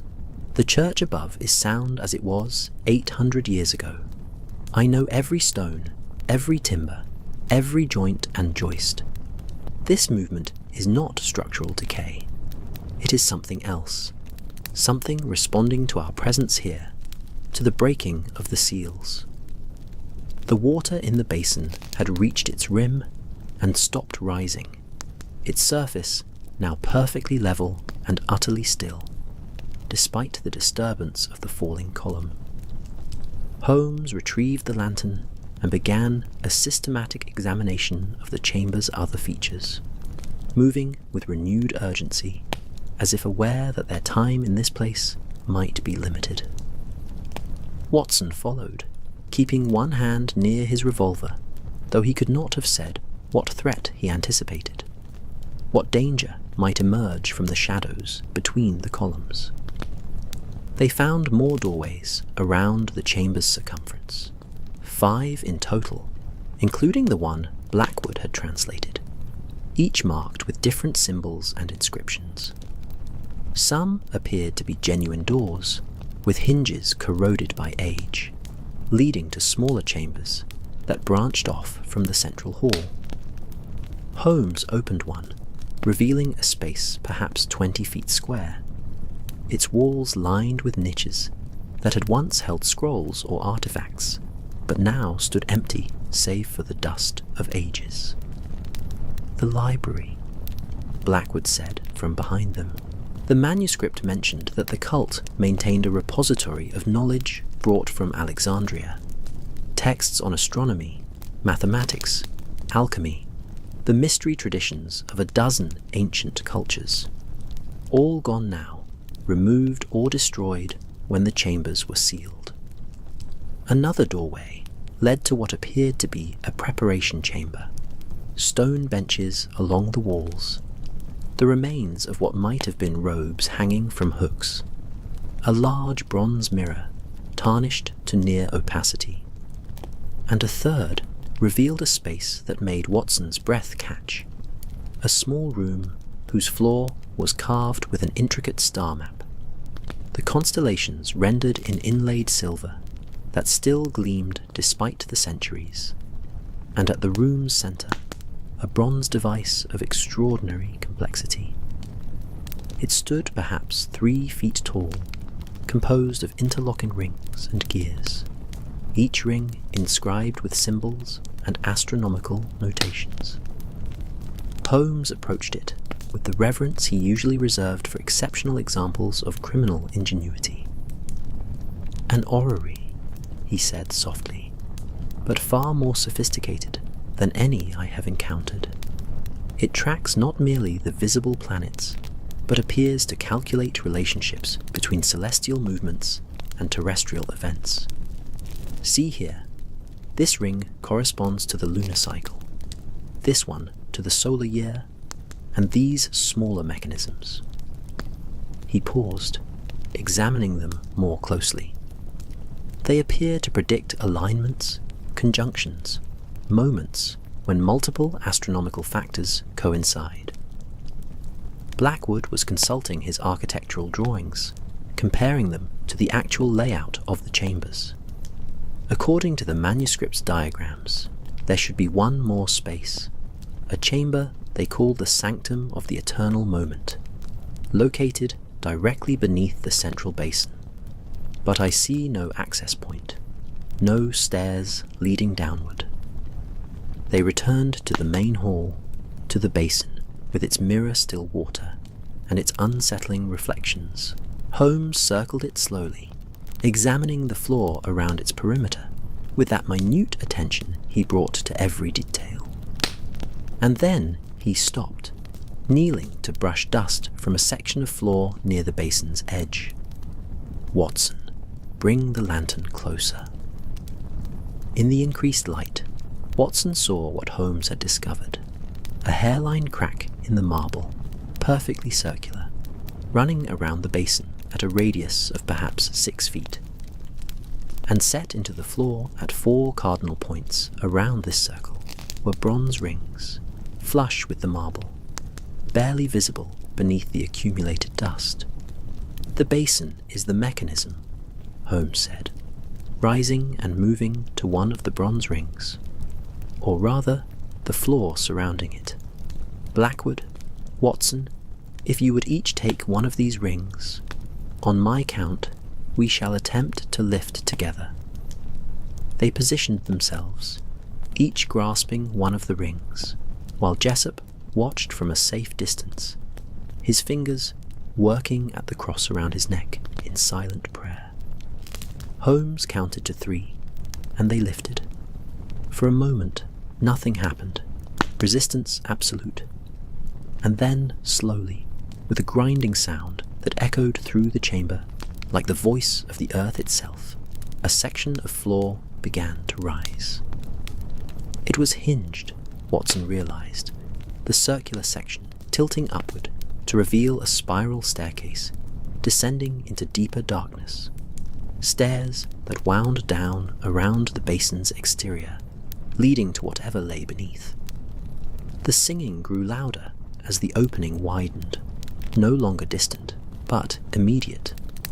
And Watson realized, with a chill, that it was not coming from below, but from all around them, from the very stones of the chamber, as if their presence and their actions had awakened something that had slept for centuries, and was now remembering its ancient purpose.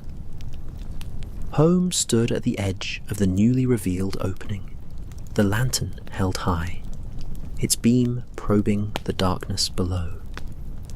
"The sanctum," he said quietly. "The heart of whatever the shadow cult created here. Gentlemen, we have come this far. The question now is whether we proceed deeper, or whether we have learned enough to satisfy our immediate questions." But even as he spoke, Watson knew the answer. They would descend, of course. They would follow this mystery to its deepest point, to whatever revelation or disappointment awaited in the chambers below. The game was not merely afoot now. It had become something more, something that pulled at them with the same inexorable force that pulled water downward through stone, that turned the planets in their courses, that drew seekers to secrets regardless of the wisdom of such seeking. And so, one by one, they began the second descent, moving down stairs that spiraled around the basin of still water, going deeper into the earth beneath London, deeper into time and mystery, toward whatever waited in the sanctum of the eternal moment, where the shadow cult had practiced their art of standing outside the normal flows of hours and years, their impossible science of making past and future collapse into an eternal, singular swell. The descent around the basin felt like entering the throat of some vast, sleeping creature, the spiral stairs narrowing as they curved downward, the walls pressing closer with each turn until Watson could have reached out and touched both sides simultaneously if he had wished. The stone here was different from above, not the worked marble of the main chamber, but something older, rougher, as if this deepest level had been carved from the living bedrock of London itself, from stone that predated the city, predated even the Roman settlements that had first named this place. The lantern light danced across surfaces that glistened with moisture, and Watson noticed with a physician's eye that the dampness was not ordinary condensation, but seemed to emerge from within the stone itself, as if the earth were weeping through its mineral tears. 15 steps down, then 20, the spiral tightening, and still they descended. The warmth that had filled the upper chamber gave way here to a different quality of air, not cold precisely, but neutral, as if temperature itself had no meaning in this space between levels. This transitional zone, where they moved from the world they knew towards something else entirely. The singing had changed too, no longer the distant chanting they had heard before, but something more fundamental, more organic, a deep thrumming that Watson felt in his chest and bones, rather than hearing with his ears, a vibration that seemed to emanate from the stone itself, or perhaps from some source deeper still, from the heart of the world beneath their feet. Holmes moved with careful precision, testing each step before placing his full weight upon it. The lantern held steady despite the awkwardness of the descent. Behind him, Blackwood clutched his architectural drawings to his chest with one hand, while the other traced the wall for balance, his breathing audible in the confined space. Quick, shallow breaths that spoke of excitement barely contained. Watson brought up the rear, conscious of Jessup above them in the main chamber, the elderly verger having declined to descend further, choosing instead to maintain watch at the upper opening in case retreat became necessary.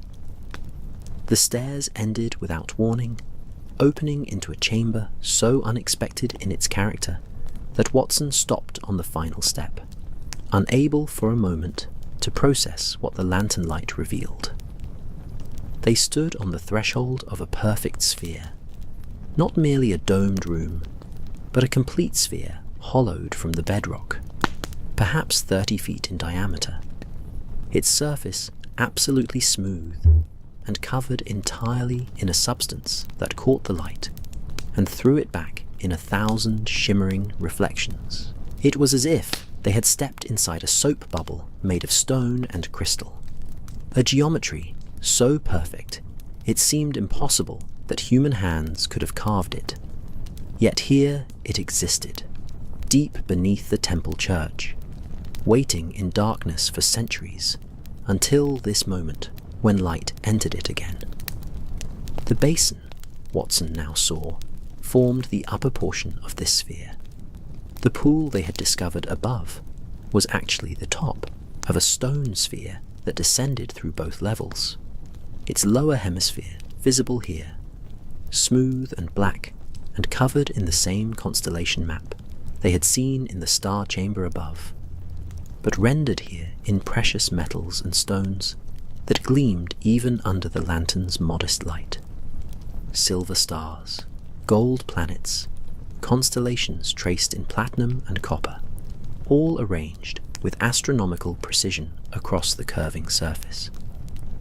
Holmes moved into the chamber, and Watson followed, their footsteps making no sound on the floor, which was not stone but something else, a material Watson could not identify, slightly yielding beneath their weight, like cork or compressed leather, absorbing sound and movement. The chamber's walls curved away on all sides, creating a sense of infinite space despite the actual confines, and Watson felt a moment of vertigo as his sense of up and down became uncertain in this place, where all directions curved equally away from center. Magnificent, Blackwood whispered, and even that slight sound seemed to be caught and amplified by the chamber's acoustics, echoing and building until it became a chorus of whispers that faded only gradually into silence. A perfect sphere, the Pythagorean symbol of the cosmos itself, of unity and completion.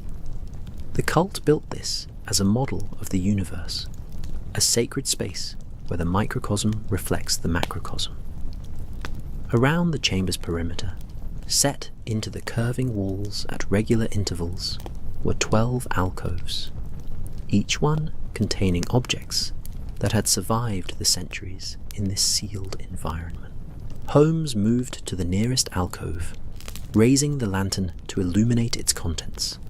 A bronze disc inscribed with spiral patterns, a small clay vessel sealed with wax, several scrolls protected in metal tubes, and something that made Watson draw in his breath sharply. A human skull, ancient beyond measure, its bone yellowed with age, and inscribed across the cranium with symbols in a language Watson did not recognize. The remains of the cult's masters, Blackwood said, moving to join them. It was their practice, according to the manuscript, to preserve the skulls of those who achieved what they called temporal enlightenment, the ability to perceive time's true nature. They believed consciousness could be imprinted in bone, that the knowledge gained through ritual practice would somehow persist in the physical remains. Holmes had opened one of the metal scroll tubes, extracting a document with infinite care. The material was not papyrus or parchment, but something more durable. Thin sheets of hammered metal, copper, or perhaps bronze, inscribed with text in Greek and Egyptian hieroglyphs. He held it to the light, his eyes scanning the ancient words, and Watson saw understanding dawn across his friend's austere features. "It is an instruction manual," Holmes said softly, "a guide to what they called the opening ritual, the ceremony to be performed during the winter solstice alignment. The text describes in precise detail the astronomical calculations required, the positioning of participants, the words to be spoken, and..." He paused, his finger tracing a particular passage. "The expected result. According to this, when all conditions are perfectly met and the ritual correctly performed, the door of shadows will open, and those present will experience what they describe as temporal dissolution, a state in which their consciousness becomes unmoored from sequential time, and can perceive past, present, and future as a unified whole."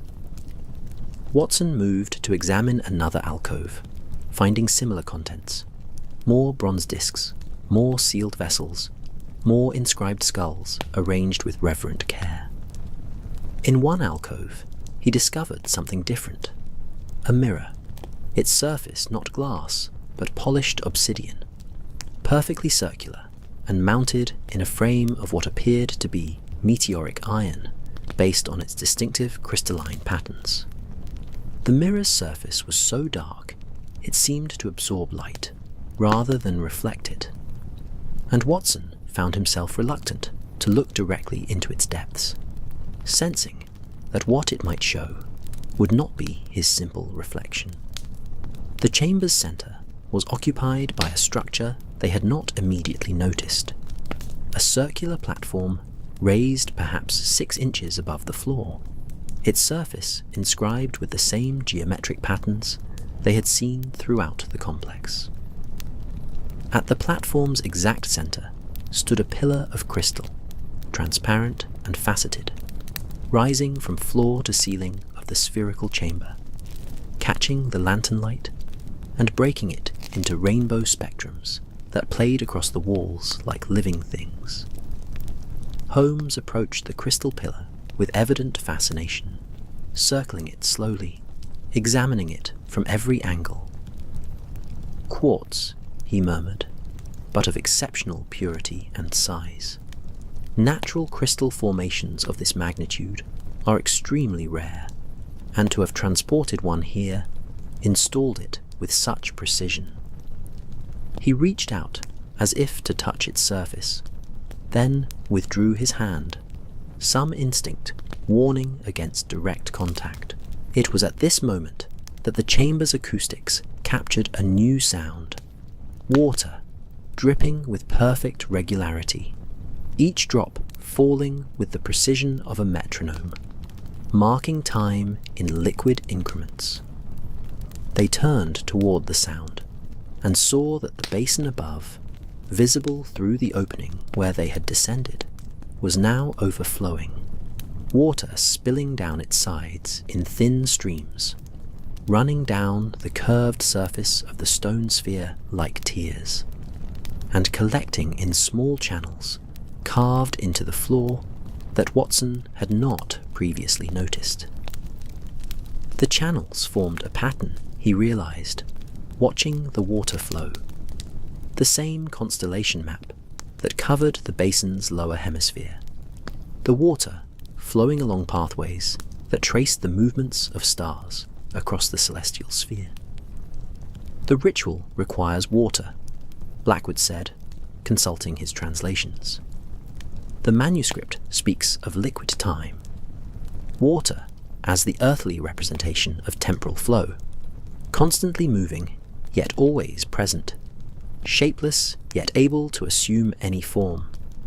The channels direct its movement according to astronomical principles, creating a physical model of celestial mechanics." The water continued to flow, filling the channels with growing rapidity, and Watson realized that the floor beneath their feet was not solid, but honeycombed with these carved pathways. The entire chamber's floor, a vast hydraulic calculator designed to model the movements of the heavens. As the channels filled, something remarkable occurred. The water began to glow, faintly at first, but with increasing luminosity, a soft blue-green light that seemed to come from within the liquid itself, transforming the floor into a map of living light that pulsed and shifted as the water found new pathways, new equilibriums. Holmes had moved to the crystal pillar, and Watson saw that he was examining something at its base, a series of inscriptions carved into the platform around the pillar's foundation. "Watson, Professor, come look at this. These are not ancient inscriptions. The tool marks are far too recent. Someone has been here, within the last few years perhaps, and added their own notations to the cult's original work." They gathered around the pillar, and in its light, for the crystal itself had begun to glow softly, responding perhaps to the luminescent water that now flowed across the floor, they could read what had been carved: a series of dates and times, astronomical coordinates, and a name repeated 3 times in different hands. Ambrose Thorne. Dr. Thorne was here, Blackwood breathed, his voice tight with realization. Before he disappeared, before he even met with me, he found this place somehow, gained access, studied the ritual. These calculations, they are predictions for the coming solstice, determining the exact moment when the alignment will be optimal. Holmes examined the inscriptions with intense focus, and Watson could see his friend's mind working through implications and possibilities. 3 different writing styles, Holmes noted. The earliest, perhaps 2 years old, based on the weathering of the carved stone. The most recent within the last month. Thorne has been coming here repeatedly, refining his calculations, preparing for something, and he is not working alone. These other hands belong to different individuals, collaborators, or fellow cultists. A distant sound reached them from above. Jessop's voice calling down the shaft, his words indistinct, but his tone urgent. Holmes moved quickly to the opening, calling back, "What is it, Jessop?" The verger's reply came faintly. "Someone is in the church above, Mr. Holmes. I hear footsteps, multiple persons, approaching the door to the lower chambers. Should I close the door or the stairs, trap them out?" Watson saw Holmes's jaw tighten with decision. "No, let them come if they will. But you, Jessop, leave now. Go out through the main church and find a constable. Tell him to come to the temple church with reinforcements. Go quickly and quietly." They heard Jessop's footsteps receding, rapid and urgent. And then silence fell once more, broken only by the steady drip of water and the soft thrumming that seemed to be the voice of the chamber itself, or perhaps of the earth beneath it. Holmes returned to the crystal pillar, examining the inscribed calculations with renewed intensity, as if seeking some answer to a question Watson had not heard articulated. "They are coming," Holmes said quietly, not looking up from the inscriptions. "The members of the shadow cult, or its modern inheritors, drawn here by our opening of the seals, just as surely as we were drawn by Blackwood's discovery. They have waited for this moment, perhaps for years, for someone to break the official barriers so they could enter without legal consequence. So they could claim they were merely investigating an already opened site." "Should we retreat?" Watson asked, his hand moving to his revolver. "Return to the upper chamber where we have room to maneuver?" Holmes shook his head slowly. "No, Watson. We remain here, in the heart of their mystery. Let them come to us. I wish to see who they are, what they truly seek in this place. And I wish to understand what Dr. Thorne calculated, what moment he identified as crucial." He pointed to the most recent inscription. "According to this, the optimal alignment occurs not at midnight of the solstice, as one might expect, but at dawn, specifically at 6:43 in the morning, when Sirius rises above the horizon, and the sun, though not yet visible, is positioned precisely 17 degrees below the eastern horizon. At that moment, for approximately 3 minutes, certain geometric relationships between Earth and specific celestial bodies create what Thorne describes as a temporal aperture." Blackwood was staring at the inscription with an expression Watson could not quite read. Scholarly excitement mixed with something darker, more troubling. "If the cult's teachings have any validity," he said slowly, "and if these chambers were indeed designed as they claimed, as a kind of lens or focusing device, then, at that precise moment, with the ritual properly performed, whoever stands at this pillar, at the exact center of the spherical chamber, would experience..." He paused, seeming to struggle with how to articulate the impossible. Would experience consciousness liberated from temporal sequence, would see their life not as a line extending from birth to death, but as a complete pattern, every moment accessible simultaneously. Madness, Watson said firmly, his medical training asserting itself. Or death, more likely. The human mind is not designed to process information in such a fashion. The shock alone would be catastrophic. Holmes turned to face them both, and in the soft glow of the luminescent water and the crystal pillar, his face seemed carved from shadow and determination. Perhaps, or perhaps not. Consider, Watson. We dream, do we not? And in dreams, time behaves quite differently than in waking consciousness. We move freely between moments, experience events in non-sequential order, perceive patterns that waking logic obscures. What if the cult discovered a method to induce that dream state deliberately while maintaining full consciousness? What if this chamber, with its perfect geometry and calculated alignments, creates conditions under which such perception becomes possible?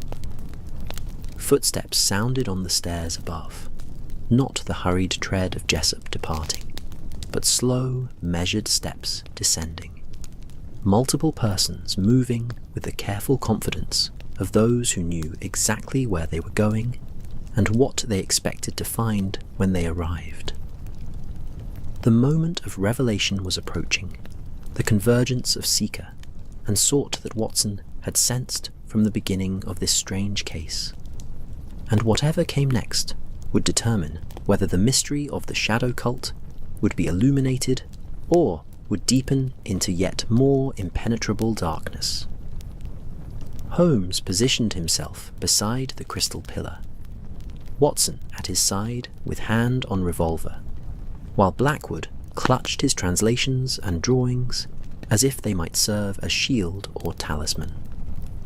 The footsteps grew louder, descending the spiral around the basin, and the luminescent water, flowing across the floor, pulsed with increasing brightness, as if responding to the approach of those who understood its purpose, who had come to complete what had been begun when the seals were broken and the ancient chambers opened once more to human presence after their long centuries of sealed isolation. 3 figures emerged from the spiral darkness into the sphere's phosphorescent glow, their forms resolving from shadow into substance, with the gradual certainty of photographs developing in chemaphs, developing in chemical baths.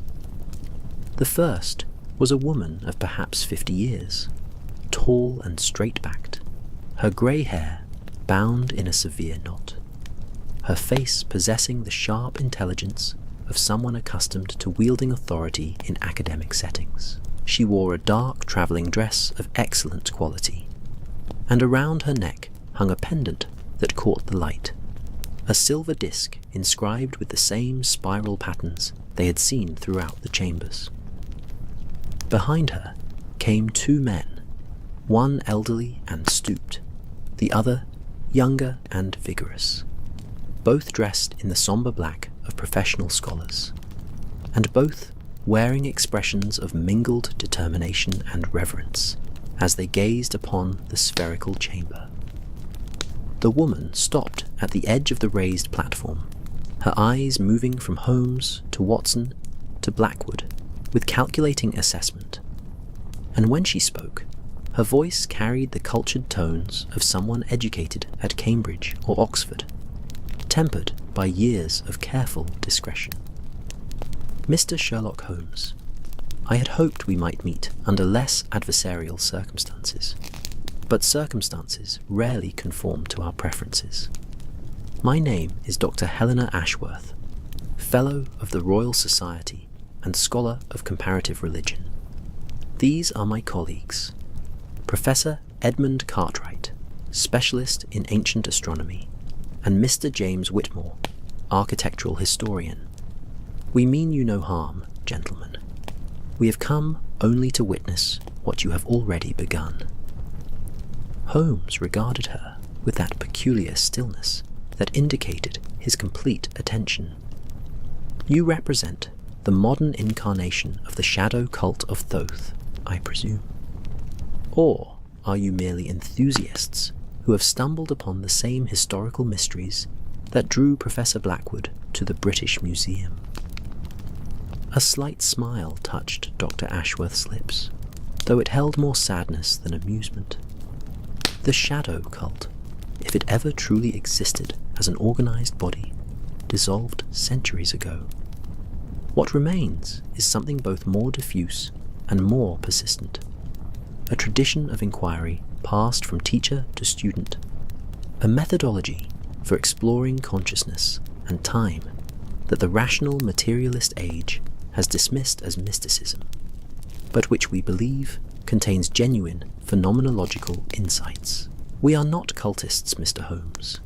We are scientists working in territories that orthodox science refuses to acknowledge.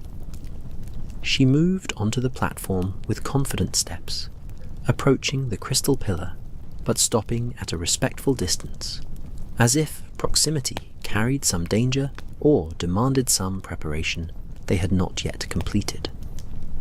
The luminescent water flowing across the floor brightened as she passed over the channels, responding to her weight, or perhaps to something less tangible. And Watson noticed that the thrumming vibration he had felt earlier had intensified, becoming almost audible now, a bass note just below the threshold of hearing that resonated in chest and bone. Professor Cartwright, the elderly scholar, had produced a leather-bound notebook and was making rapid sketches of the chamber's geometry, his hand trembling slightly with what might have been age or excitement. "Extraordinary," he murmured, his voice carrying the slight quaver of advanced years. "The mathematical precision is astonishing. The sphere's diameter, the pillar's positioning, the angles of the water channels, all calculated to create specific resonance patterns, specific focal points for whatever energies or phenomena the original builders sought to harness." Blackwood found his voice, stepping forward with his own translations clutched before him like credentials. "You knew about these chambers. You have known for years, perhaps. The inscription at the pillar. Dr. Thorne has been here before, and recently. Where is he now? What has he discovered that made him flee?" Dr. Ashworth turned to face Blackwood fully, and her expression held genuine compassion mixed with something that might have been pity. "Dr. Thorne did not flee, Professor Blackwood. He is precisely where he wishes to be, preparing for the solstice alignment in a location where he can observe the ritual's effects without the complications of official interference or skeptical witnesses. He has calculated that if the opening ritual is performed correctly, with proper astronomical timing, and participants positioned according to the chamber's geometry, the results will be detectable, not merely subjectively, but through physical instruments, through changes in local gravitational fields and temporal flow rates that can be measured and verified." "Nonsense," Watson interjected, his practical medical training rebelling against such claims. "Time flows at a constant rate. Gravity operates according to established physical laws. Whatever subjective experiences this chamber might induce through suggestion, acoustic effects, or even the inhalation of vapors from the water channels, they cannot alter objective physical reality." The younger man, Whitmore, spoke for the first time, his voice carrying surprising intensity. "Can they not, Dr. Watson, consider that Einstein's theories, published less than 20 years ago, demonstrate that time is not absolute, but relative, that it flows at different rates depending on velocity and gravitational fields? Consider that matter and energy are interchangeable, that light behaves as both wave and particle, that the universe is far stranger than our ancestors imagined. Why should consciousness be exempt from these revelations? Why should the relationship between mind and time be simpler than the relationship between mass and energy? Holmes had been silent throughout this exchange, observing the newcomers with that penetrating gaze that seemed to see past surfaces to the structures beneath. Now he spoke, his voice quiet but carrying absolute certainty. You have not come merely to witness. You have come to participate. The ritual requires specific numbers, specific positioning of participants around the pillar, and you believe that with the seals broken and this chamber opened, the solstice alignment in 4 days will provide an opportunity that may not recur for years or decades. You wish to perform the opening ritual yourselves, to test the cult's claims under conditions as controlled as your knowledge permits. Dr. Ashworth inclined her head in acknowledgement. Precisely, Mr. Holmes. We have studied these traditions for years, compiled evidence from multiple sources, and prepared extensively for this moment. Dr. Thorne's calculations indicate that the alignment on the approaching solstice will be particularly favorable. Not merely the Sun and Sirius, but a conjunction of Venus and Mars at precise angles that occur only once in a generation. If the chamber functions as we believe it does, as the original builders intended, then at dawn on the solstice, we may achieve verification of phenomena that could revolutionize our understanding of consciousness, time, and the relationship between subjective experience and physical reality. A sudden grinding sound interrupted her, and they all turned to see water gushing more forcefully through the channels, the flow increasing dramatically, and the entire floor of the spherical chamber beginning to glow more brightly, blues and greens shifting into golds and silvers as the water level rose. The crystal pillar responded to this increase, its internal facets catching and multiplying the light until it seemed to pulse with its own heartbeat. A slow rhythm that Watson realized with a chill matched exactly his own pulse, as if the crystal were somehow synchronizing with the living beings in its presence. The basin above has reached some threshold, Holmes observed, moving to examine the water's flow more closely. The overflow is accelerating, filling the chamber's hydraulic system, and creating what exactly? Professor Cartwright, you spoke of resonance patterns. What do you believe is being generated here? The elderly astronomer approached one of the alcoves, examining the bronze discs with scholarly attention. These are resonators, he explained, lifting one carefully, tuned to specific frequencies, designed to be struck or vibrated at particular moments during the ritual. Combined with the chamber's perfect spherical acoustics and the water's movements creating subtle pressure variations, they would generate a complex interference pattern. Sound waves, pressure waves, perhaps electromagnetic effects from the metallic elements in the stone. The human brain, placed at the center of such carefully orchestrated stimulation, particularly during an altered state induced by chanting, meditation, or other consciousness-modifying techniques. He paused, seeming to struggle with articulating the implications. The effects could be profound and genuinely anomalous. Blackwood had moved to stand beside Watson, and the physician noticed that the professor was trembling again, though whether from fear or anticipation, Watson could not determine. In the manuscript, Blackwood said quietly, there were warnings as well as promises. The text stated that those who witness the opening of the door of shadows must be prepared to surrender their linear certainty, to accept that all moments exist simultaneously. It spoke of individuals who achieved this perception and could not return to ordinary sequential consciousness, who became trapped in a state of perpetual now, unable to distinguish between memory, experience, and anticipation. Madness, in other words, Watson said firmly. Psychological breakdown induced by sensory overload and suggestion. Whatever phenomena this chamber might produce, I strongly advise against anyone subjecting themselves to its effects without extensive medical precautions and supervision. Dr. Ashworth smiled at this, though the expression held more understanding than dismissal. Your concern is noted, Dr. Watson, and your caution is admirable. But consider that every significant discovery requires someone willing to step beyond the boundaries of accepted safety, to risk personal harm in pursuit of knowledge. The first person to use anesthesia risked death. The Curies handled radium with their bare hands.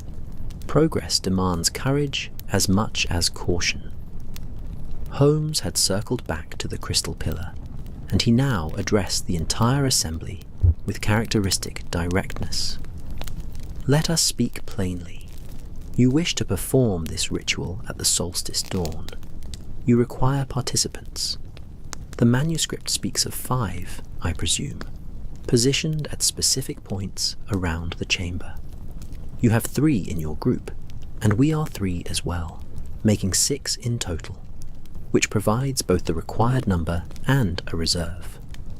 The question becomes, do we cooperate in this experiment, approach it as a scientific investigation with proper documentation and analysis, or do we remain adversaries, each group pursuing separate agendas until circumstances force collision? Professor Cartwright broke the silence, his elderly voice carrying unexpected strength. I propose a compromise. We share our knowledge. We provide our calculations and astronomical predictions, our translations of the ritual texts, our understanding of the required procedures. In exchange, Mr. Holmes, you and your associates provide what we lack: credibility, documentation, witnesses whose testimony cannot be dismissed as the delusions of occult enthusiasts.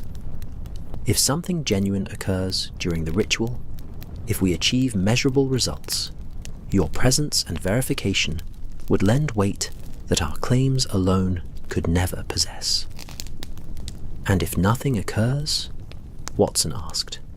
If the ritual produces only subjective experiences, indistinguishable from hypnotic suggestion or group hysteria, then we will have definitively tested a historical claim and found it wanting, Dr. Ashworth replied. Either result advances knowledge. The danger lies not in investigation, but in refusal to investigate, in allowing fear or skepticism to prevent inquiry. Holmes was silent for a long moment, his eyes moving from the crystal pillar to the flowing water, to the ancient skulls in their alcoves, to the 3 scholars who waited for his response.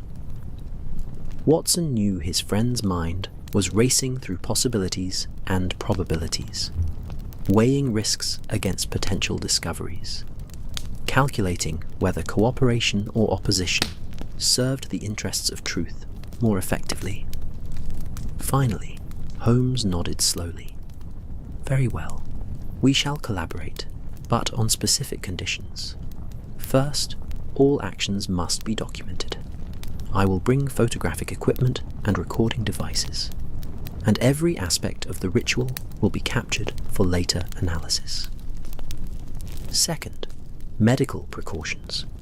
Watson will monitor all participants for signs of physical or psychological distress, and he has absolute authority to halt proceedings if he judges anyone's health endangered. Third, no deception. Every element of the ritual, every calculation, every expected effect must be disclosed and explained beforehand. And fourth, we reserve the right to withdraw at any point before the actual ceremony if we judge the risks too severe. Dr. Ashworth extended her hand, and after a moment's hesitation, Holmes shook it, sealing their unlikely alliance. Agreed on all points, we have 4 days to prepare. I suggest we begin by sharing what each group knows and establishing a comprehensive understanding of what the ritual requires and what it purports to accomplish. They spent the next hour in the spherical chamber, surrounded by flowing water and pulsing crystal light, as Dr. Ashworth and her colleagues produced their own documents and translations, spreading them on the platform beside Blackwood's materials, cross-referencing and comparing, filling gaps in each other's knowledge. Watson found himself drawn into the discussion despite his skepticism, intrigued by the meticulous scholarship these people had brought to what he still considered essentially a historical curiosity rather than a functional methodology. The ritual, as it emerged from their combined understanding, was indeed complex. It required 5 participants positioned at specific points around the central pillar, each representing one of the classical elements: earth, water, fire, air, and ether. At the moment of optimal astronomical alignment, they would chant specific invocations in ancient Egyptian, creating harmonic resonances enhanced by the bronze discs and the chamber's acoustics. The central participant, positioned at the pillar itself, would serve as the focus, the one who would theoretically experience the most intense effects of whatever phenomenon the ritual generated. Dr. Thorne volunteered for that position, Whitmore said quietly. He believed his years of study had prepared him, that his understanding of the theoretical framework would allow him to maintain clarity even under extreme perceptual conditions. But 3 weeks ago, after his last visit to this chamber, he changed, became convinced that something was watching him, following him, drawing him toward the solstice with inexorable force. That is when he departed for the countryside, not fleeing, but seeking isolation, where he could prepare without distraction. A sharp crack echoed through the chamber. One of the bronze discs in the alcoves had fallen from its position, striking the floor with a resonant note that rang through the perfect acoustics like a bell. The sound built and multiplied, reflecting off the curved walls, creating harmonics that seemed to persist long after the initial impact should have faded. And in that sustained resonance, Watson heard something that made his skin prickle. Voices, or something like voices, chanting in unfamiliar rhythms, as if the very stones remembered the rituals once performed here, and were echoing them faintly across the centuries. Holmes raised a hand for silence, and they all stood motionless, listening as the phantom chanting faded gradually into stillness. When it had completely ceased, he spoke with quiet intensity. This chamber is not inert. It responds to presence, to action, to the breaking of its long isolation, whether through acoustic properties, electromagnetic effects, or phenomena we cannot yet classify. It is active, and perhaps increasingly so, as we approach the solstice. We must proceed with extreme caution, document everything, and prepare for the possibility that what occurs in 4 days may exceed all our expectations, for good or ill. They made arrangements to reconvene the following day, to begin formal preparations and establish protocols for the ritual attempt. Dr. Ashworth and her colleagues departed first, ascending the spiral stairs with the confidence of those who had found allies in an unexpected place. Holmes, Watson, and Blackwood remained a moment longer, standing beside the crystal pillar as the luminescent water continued its endless flowing, and the chamber hummed with its deep, subsonic thrumming. "Are we doing the right thing, Holmes?" Watson asked quietly. "Enabling what might be dangerous delusion, or worse?" Holmes gazed up at the curving walls where starlight patterns danced in reflected water glow, and his austere face held an expression Watson had rarely seen, something between wonder and unease, certainty and doubt. "I do not know, my dear Watson, but I know that turning away from mystery serves neither truth nor safety. In 4 days we shall witness something remarkable. Whether it proves to be remarkable theatre or remarkable reality remains to be seen. Until then, we prepare, we document, and we maintain our commitment to rational analysis, regardless of what phantoms these ancient stones may conjure from darkness and time." 3 days passed in a blur of scholarly preparation, and meticulous planning. The hours measured not by clock hands, but by the accumulation of knowledge, the refinement of procedures, the gradual transformation of ancient mystery into something approaching systematic investigation. Holmes had commandeered a private reading room at the British Museum, securing it through Mycroft's influence and filling it with documents, diagrams, and the specialized equipment he deemed necessary for proper documentation of the coming ritual. Cameras with magnesium flash powder for low-light photography, a phonograph with wax cylinders to record any sounds or vocalizations, thermometers and barometers to track environmental conditions, and even a small galvanometer borrowed from a physicist acquaintance to detect any unusual electromagnetic fluctuations. Watson found himself spending long afternoons in that reading room, watching Holmes and the 3 scholars pore over translations, arguing fine points of pronunciation in ancient Egyptian, debating the precise timing of astronomical events with passionate intensity that would have seemed absurd applied to almost any other subject. Dr. Ashworth proved to be a formidable intellect, her knowledge of comparative religion encyclopedic, her ability to draw connections between disparate traditions remarkable.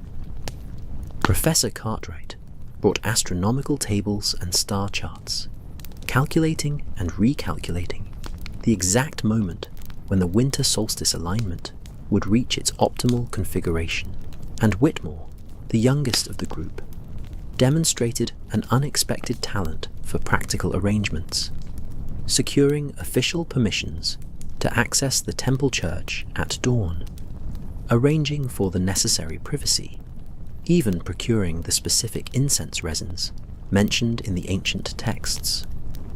Blackwood divided his time between assisting with translations and returning periodically to the spherical chamber, mapping its geometry with obsessive precision, measuring angles and distances, comparing the actual structure to the theoretical descriptions in the manuscript. He had become increasingly absorbed in the project, his initial fear giving way to something more complex, a mixture of scholarly excitement and what Watson could only describe as spiritual yearning, as if the professor saw in this investigation not merely academic achievement, but some deeper form of fulfillment. The museum reading room had large windows facing north, admitting soft grey light that filtered through London's perpetual haze, illuminating dust motes that drifted lazily through the air like microscopic stars. The tables were heavy oak, scarred by decades of scholarly use, and the chairs creaked pleasantly when one shifted position. Outside, the city continued its daily rhythms, hansoms clattering past, street vendors calling, the distant chime of church bells marking the quarters and the hours. But inside this quiet sanctuary of learning, time seemed to move differently, more slowly, as if the intensity of intellectual focus created its own temporal field. On the second day of preparation, a visitor arrived who changed the character of their enterprise. The reading room door opened to admit a man Watson recognized immediately from Blackwood's description. Dr. Ambrose Thorne had returned from wherever he had been sequestered, drawn back to London by the knowledge that the ritual he had studied for years was finally to be attempted. He stood in the doorway, thin and dishevelled, his dark hair uncombed, his eyes holding a feverish intensity that made Watson's medical instincts immediately alert to potential instability. "Ambrose," Dr. Ashworth said, rising from her seat with evident concern, "we did not expect you until the solstice morning itself. Are you well? You look exhausted." Thorne entered the room with quick, nervous movements, his gaze darting from person to person before settling on Holmes with peculiar fixity. "I could not stay away," he said, his voice hoarse as if from disuse or excessive talking to himself in isolation. "Every night I dream of the chamber, of the crystal pillar, of the moment when the door opens and time collapses into singularity. I see it so clearly now, Mr. Holmes. The pattern, the structure, the terrible, beautiful geometry of it all. We think we move through time as travellers move through space. But we are wrong, so profoundly wrong. Time moves through us, flows through consciousness like water through a sieve. And what we remember as past and anticipate as future are merely different orientations to the same eternal present." Watson stood, positioning himself between Thorne and the others, his physician's eye noting the man's dilated pupils, the tremor in his hands, the slight sheen of perspiration on his forehead, despite the room's moderate temperature. "Dr. Thorne, when did you last eat? When did you last sleep properly?" Thorne laughed, a sound without humour. "Sleep? I have not truly slept in weeks, Dr. Watson. How can one sleep when one begins to perceive the simultaneity of all moments? I close my eyes, and I am 5 years old again, learning my letters. I am 20 and defending my doctoral thesis. I am 70 and dying in some unremembered future, all happening now, all equally present, all demanding attention." He moved to the table where the ritual texts were spread, his fingers hovering over them without touching, as if proximity alone conveyed their contents to his consciousness. "But I have learned to navigate it, you see. I have learned to maintain coherence even as temporal sequence dissolves. That is why I must be the central participant, the one who stands at the pillar. I am already halfway through the door. Completing the passage will be easier for me than for someone who still clings to linear certainty." Holmes had been observing Thorne with that absolute focus he brought to significant data, and now he spoke with careful neutrality. "Dr. Thorne, you describe subjective experiences that could result from sleep deprivation, psychological stress, or any number of physiological causes. Before we proceed further, I must insist that Watson conduct a thorough medical examination. We cannot risk the health of any participant based on untested assumptions about their preparedness." What followed was an hour of careful examination in a private room Watson commandeered from the museum's medical office. He checked Thorne's vital signs: pulse rapid but steady, blood pressure slightly elevated, reflexes normal if somewhat exaggerated. The pupil's dilation concerned him, suggesting either pharmaceutical influence or extreme stress. But Thorne denied taking any substances save coffee and tobacco, Physically, the man was functional if depleted. Psychologically, however, Watson harbored serious reservations about his stability. "You are experiencing what appears to be a dissociative state," Watson told him as they returned to the reading room. "Your descriptions suggest a breakdown in the normal integration of temporal perception. Not mystical insight, but a symptom of psychological strain that could worsen dramatically under additional stress. I strongly recommend postponing any ritual participation until you have recovered proper rest and equilibrium." But Thorne shook his head with absolute certainty. "You do not understand, Doctor. This is not breakdown, but breakthrough. The chamber has already begun its work in me. 3 weeks ago, when I last visited it, something changed. The boundaries that separate us from non-linear perception are not absolute barriers, but permeable membranes, and I have begun to pass through. The ritual will not create this condition, but will simply complete what has already begun." The debate continued through the afternoon and into evening, as grey daylight faded to darkness, and the museum's gas lamps were lit throughout the building, casting their warm glow across the tables, laden with ancient wisdom and modern instruments.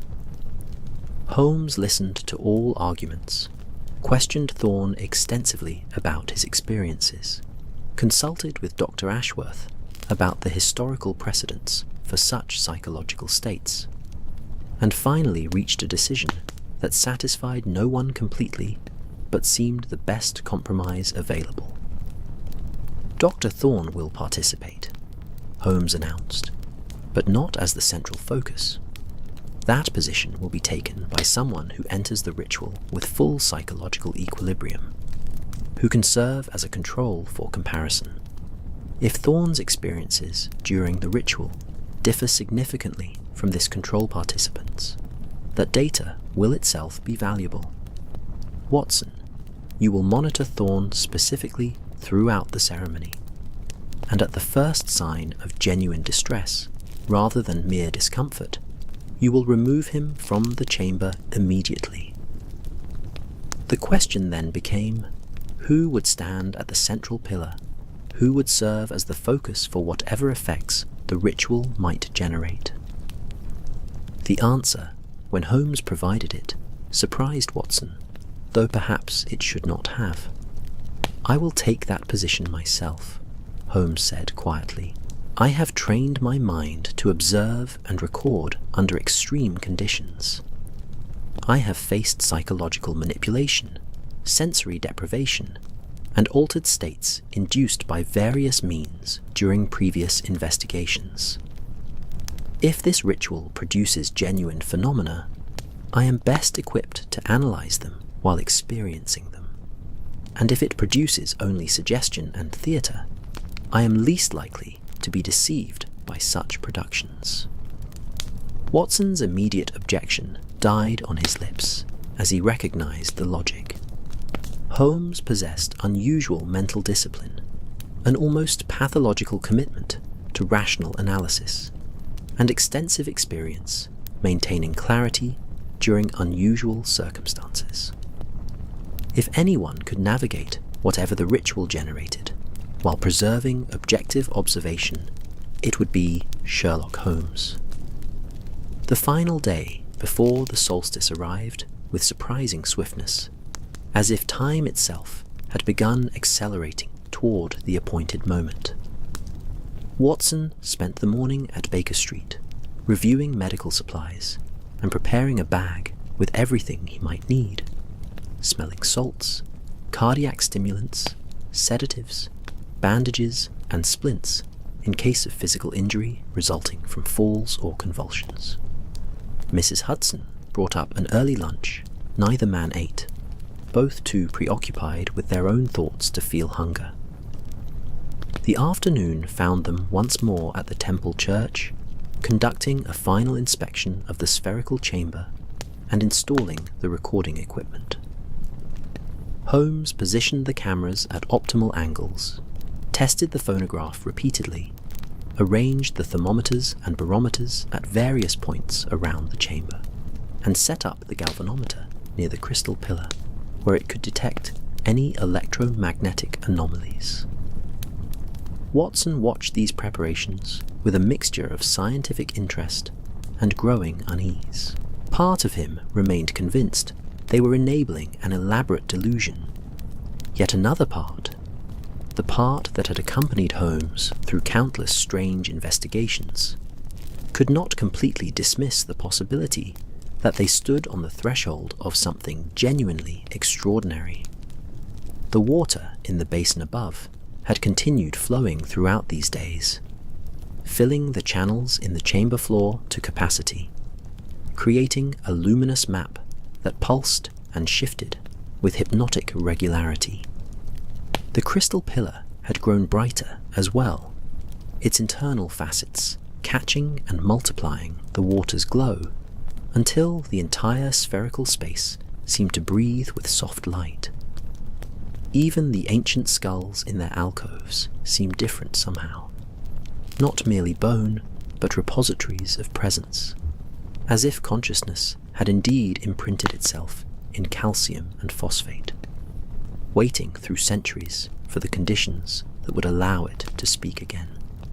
A sound made them all turn. Footsteps on the spiral stairs, someone descending quickly.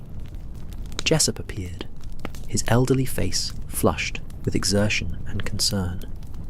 "Mr. Holmes, gentlemen, forgive the intrusion, but there are people gathering outside the church." A dozen or more arrived within the last hour, standing in the churchyard as if waiting for something. They do not approach the building, merely stand watching, silent and patient. It is most unsettling. Holmes and Watson ascended to investigate, emerging into the late afternoon, where winter twilight was already gathering despite the early hour. The churchyard, usually empty save for pigeons and the occasional visitor to the Templar tombs, was indeed populated with silent figures, men and women of varying ages, dressed in ordinary clothes that gave no hint of their purpose, standing among the gravestones and monuments in loose formation. They did not speak to each other, did not move, simply stood and watched the church with patient attention that was somehow more disturbing than any overt hostility. "Observers," Holmes murmured, studying them from the church doorway. Word has spread through whatever networks connect those interested in such matters. They know something is planned for tomorrow's dawn, and they have come to witness, or perhaps to prevent. We shall need to post watchers tonight. Ensure no one enters the lower chambers before the appointed time. They made arrangements with Jessup, who agreed, despite his evident trepidation, to remain in the church overnight. Supplemented by 2 constables Mycroft had discreetly assigned to assist. As darkness fell completely and the last grey light faded from the western sky, Watson and Holmes departed for Baker Street, leaving behind a church surrounded by silent watchers and containing in its depths a chamber that hummed with increasing intensity, as if counting down the hours until dawn would bring the winter solstice and the moment when ancient promises would be tested against the hard edges of modern reality. The evening at Baker Street passed in near silence. Holmes smoked pipe after pipe, standing at the window and watching the street below where rain had begun again, washing London clean in preparation for tomorrow's revelations. Watson attempted to read, but found his attention wandering, his thoughts circling repeatedly around what the morning might bring: enlightenment or disappointment, discovery or disaster, some profound transformation of understanding, or merely an elaborate demonstration that ancient wisdom was nothing more than ancient ignorance dressed in ceremonial robes. Midnight came and went, marked by the clock's chimes floating through the quiet rooms. Holmes finally retired to his bedroom, though Watson doubted his friend would sleep. Watson lay in his own bed, listening to rain against windows, to the distant sounds of nighttime London, to the beating of his own heart, counting down the hours until dawn would come, and with it the winter solstice, the longest night yielding to the returning light, and 5 people would stand in a spherical chamber beneath the temple church, attempting to open a door that had been sealed for centuries. A door not of wood or stone, but of consciousness and time, leading to destinations that maps could not chart, and reason could not quite dismiss, despite all its considerable skepticism and doubt. Dawn arrived, not with suddenness, but with the gradual accumulation of grey Lyrae light seeping through London's eastern sky, turning the darkness from black to charcoal, to the pale ash colour that precedes true sunrise on winter mornings. Watson had not slept, had instead spent the night hours in restless half-wakefulness, his mind suspended between waking thoughts and dream fragments that dissolved when examined too closely. At 5 o'clock, he rose and dressed by candlelight, moving quietly through Baker Street's familiar spaces, finding Holmes already awake in the sitting room, fully dressed and checking through his equipment one final time with methodical precision. They took coffee standing, the hot liquid providing necessary fortification against the December cold that had settled over the city during the night. No words passed between them.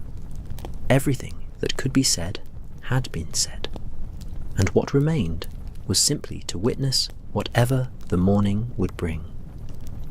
Outside, the streets were nearly empty, only the earliest workers beginning their daily rounds, milk carts and bread wagons making deliveries in the pre-dawn stillness. The rain had ceased, leaving the pavements wet and gleaming under the gas lamp's fading light. The hansom that carried them to the temple church moved through streets just beginning to wake, past shuttered shops and sleeping houses, through the legal quarter, where the ancient buildings seemed to hold centuries in their stones. The sky was lightening perceptibly now, though true sunrise remained more than an hour distant. According to Professor Cartwright's calculations, the optimal moment would occur at 6:43 precisely, when Sirius stood at a specific angle above the horizon, and the unrisen sun created geometric relationships with other celestial bodies that occurred only once in a generation. The silent watchers from yesterday had multiplied. Perhaps 30 people now stood in the churchyard, maintaining their vigil through the night. And as Watson and Holmes approached, every head turned to follow their progress.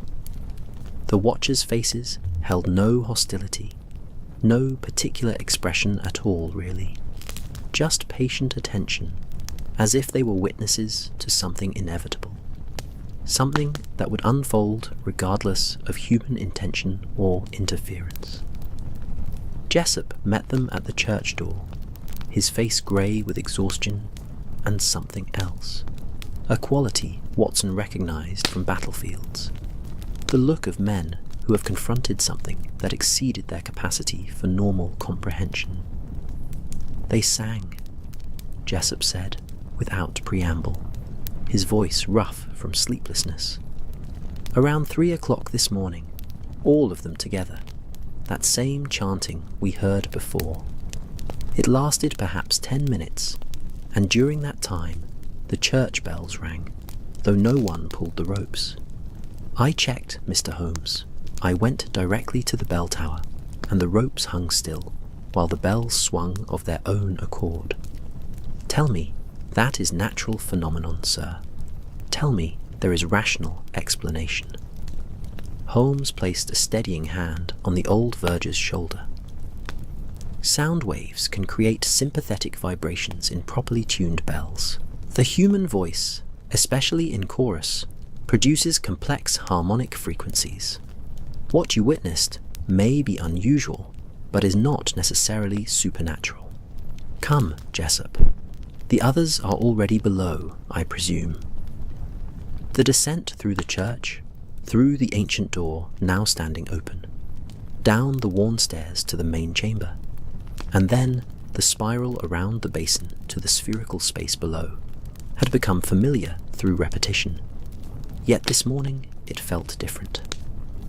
The air itself seemed charged, thick with potential, and the luminescent water flowing through the floor channels had intensified to near daylight brightness, filling the chamber with shifting patterns of blue and gold and silver light. The crystal pillar blazed like a captive star, its facets throwing rainbow spectrums across the curved walls.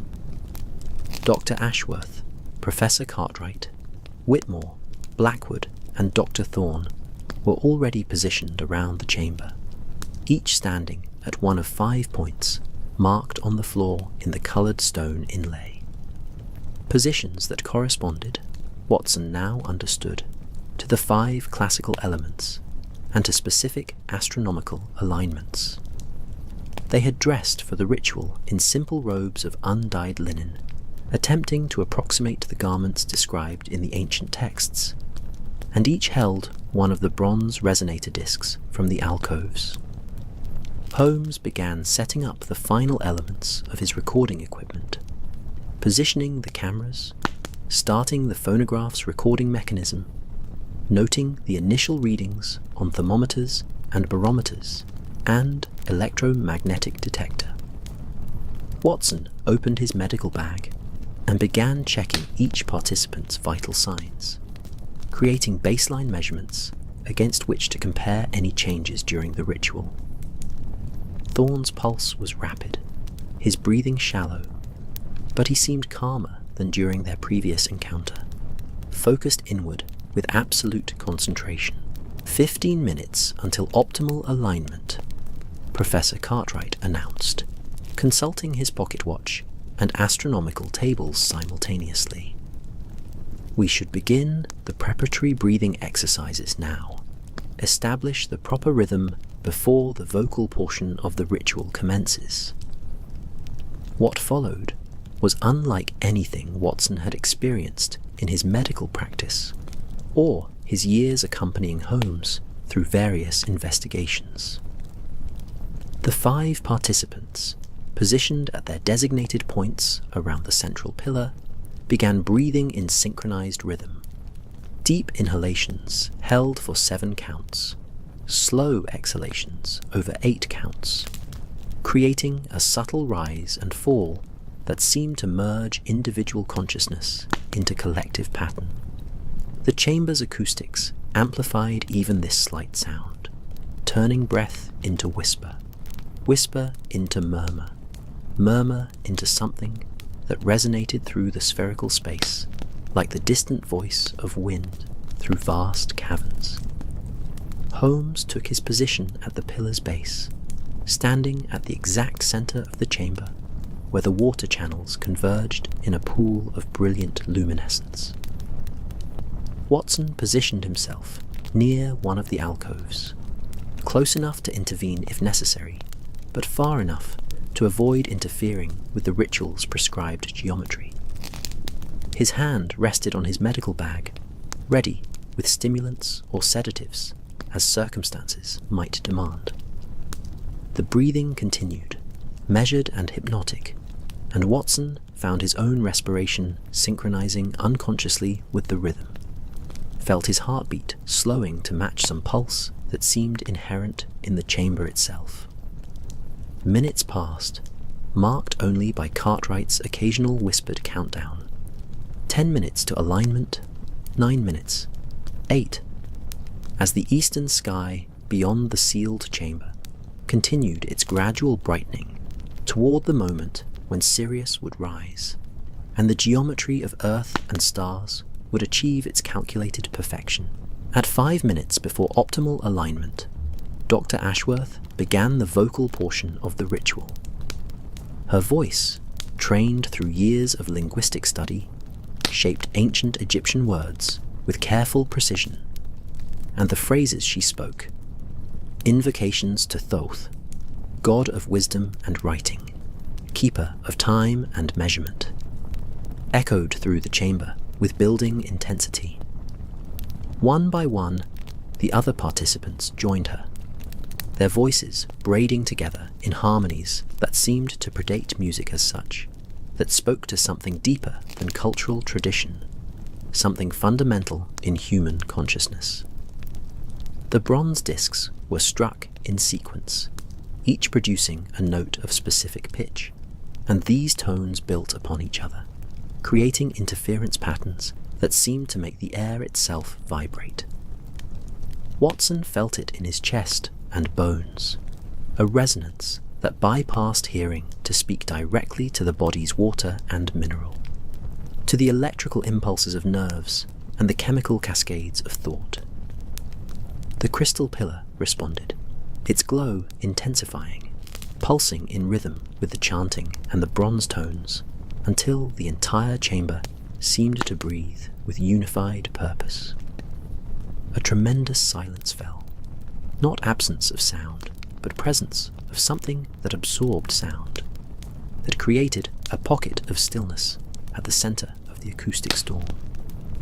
In that silence, Watson heard his own heartbeat impossibly loud, heard the blood rushing through his veins, heard the electrical crackle of neurons firing in his brain.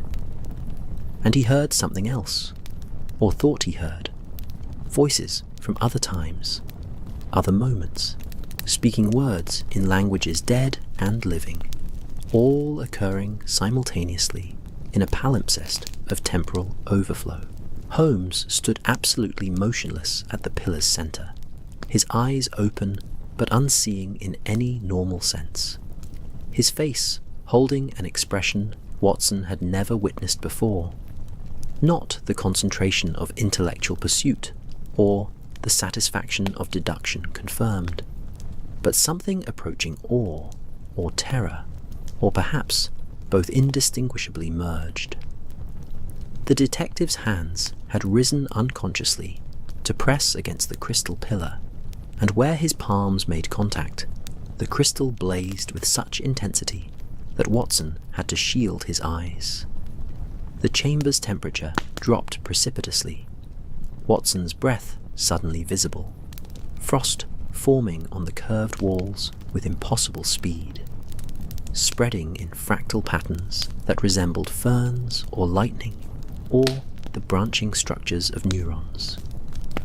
Yet, simultaneously, he felt heat radiating from the crystal pillar, a warmth that had nothing to do with thermal energy, but with some other quality, for which Watson possessed no adequate vocabulary. The water in the floor channels began moving in reverse, flowing upward against gravity, rising in thin streams that defied physics and common sense. The streams wove together in midair, creating a cage, or perhaps a lens, around the central pillar, around Holmes.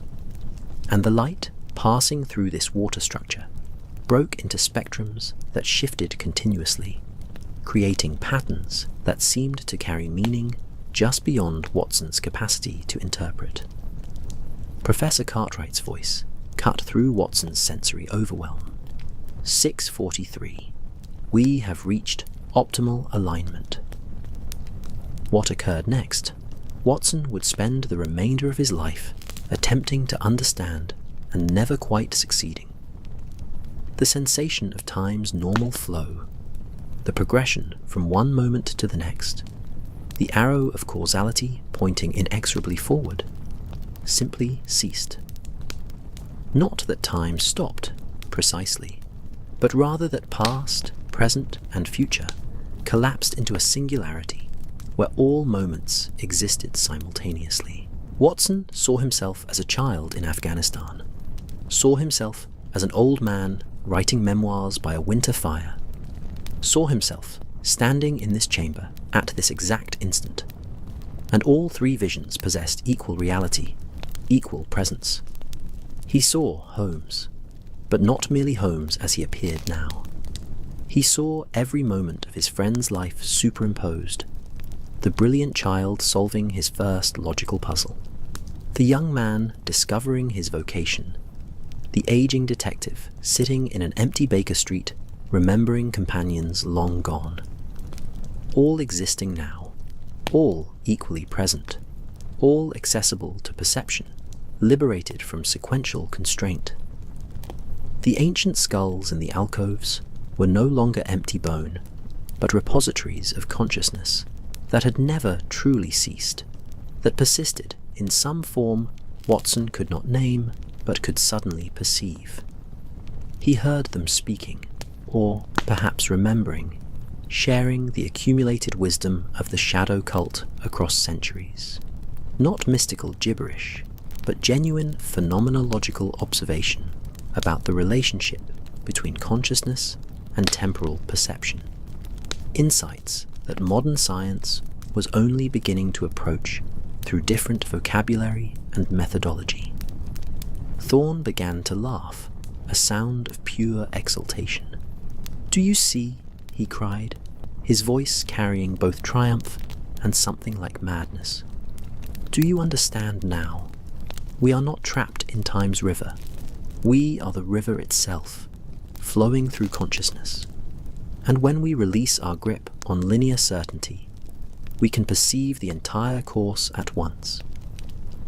Watson wanted to respond, wanted to assert his medical skepticism, his rational training, but words seemed inadequate to the experience engulfing him. He looked to Holmes for anchoring, for that brilliant analytical mind to impose structure on this chaos. And what he saw made his heart contract with something between wonder and fear. Holmes was weeping, was. Silent tears ran down the detective's austere face as he stood with both hands pressed against the blazing crystal. And his expression held such profound comprehension, such terrible understanding, that Watson knew his friend was experiencing something far beyond mere sensory anomaly or psychological suggestion. This was revelation of a sort that transforms those who receive it, that marks them permanently with knowledge that can never be unknown.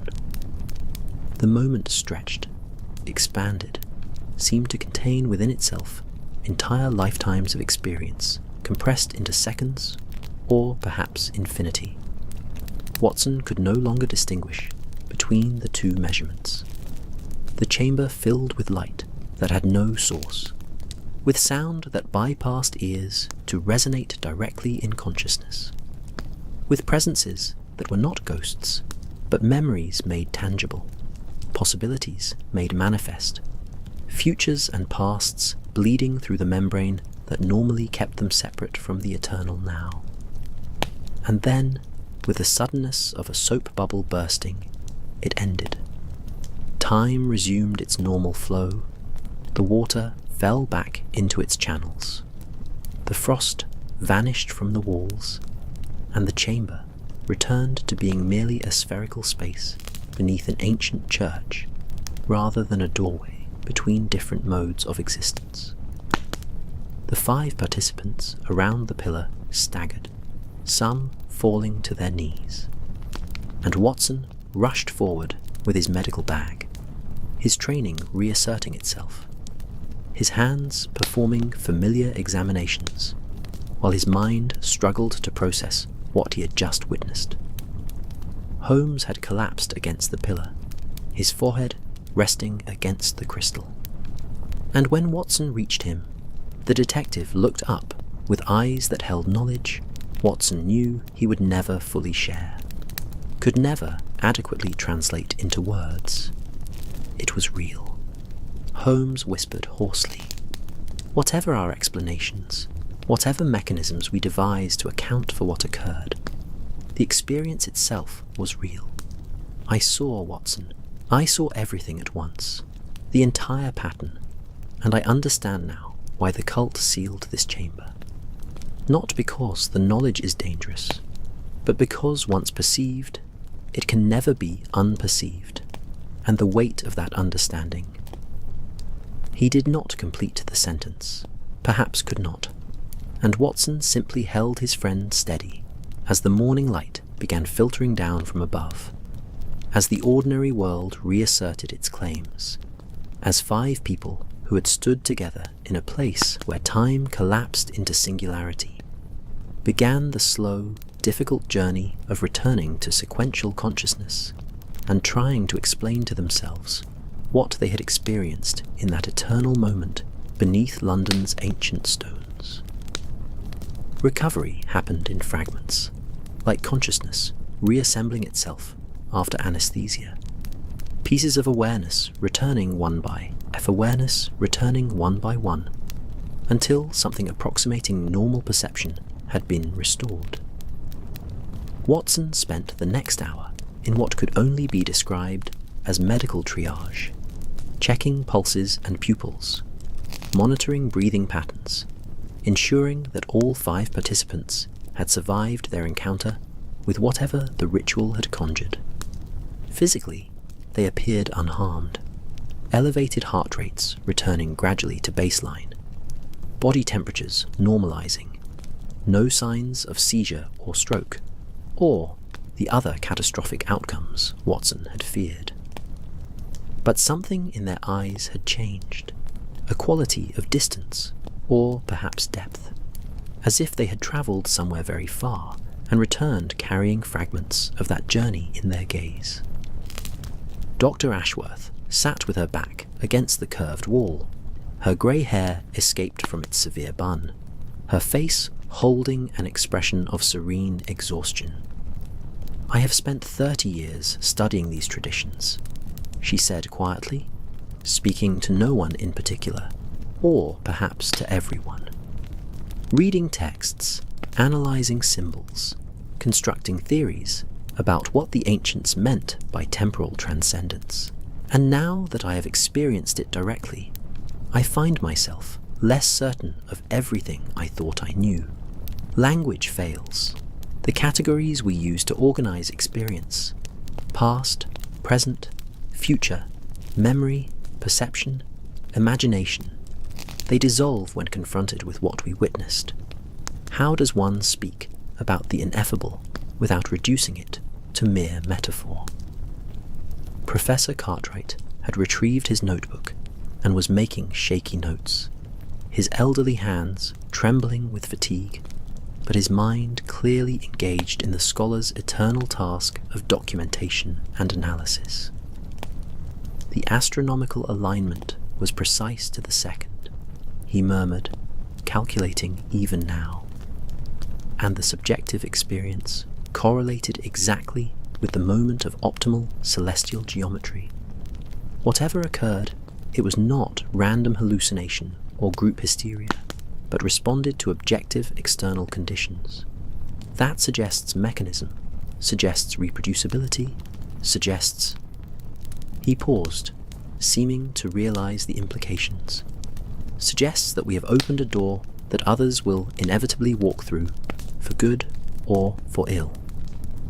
Whitmore and Blackwood sat together near one of the alcoves, speaking in low tones, comparing their experiences, seeking in each other's testimony some confirmation that what they had perceived was shared rather than individual delusion.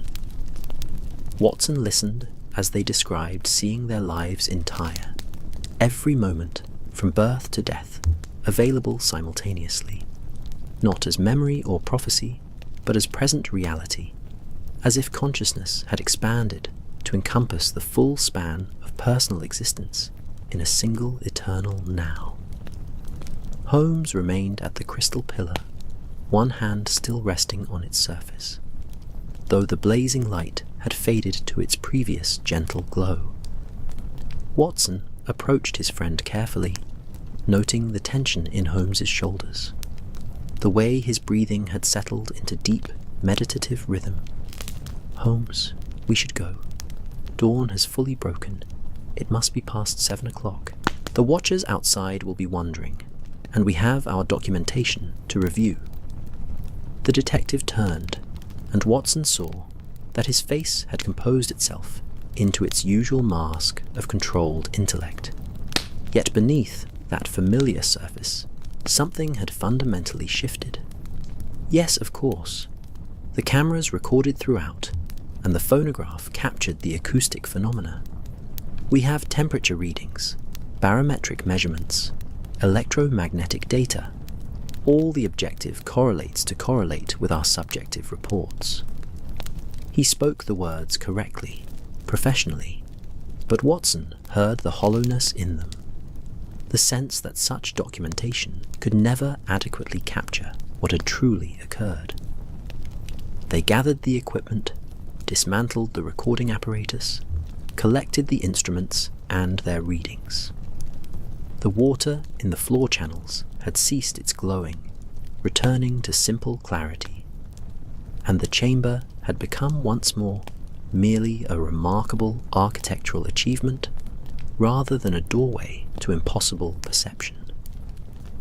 As they prepared to ascend back to the ordinary world, Watson noticed Thorne kneeling before one of the alcoves, speaking softly to the ancient skull positioned there, and the physician did not interrupt, sensing that something private and important was occurring. The climb up the spiral stairs felt longer than the descent had been, as if they were travelling not merely through vertical space, but through some metaphorical distance that separated the profound from the mundane, the sacred from the secular.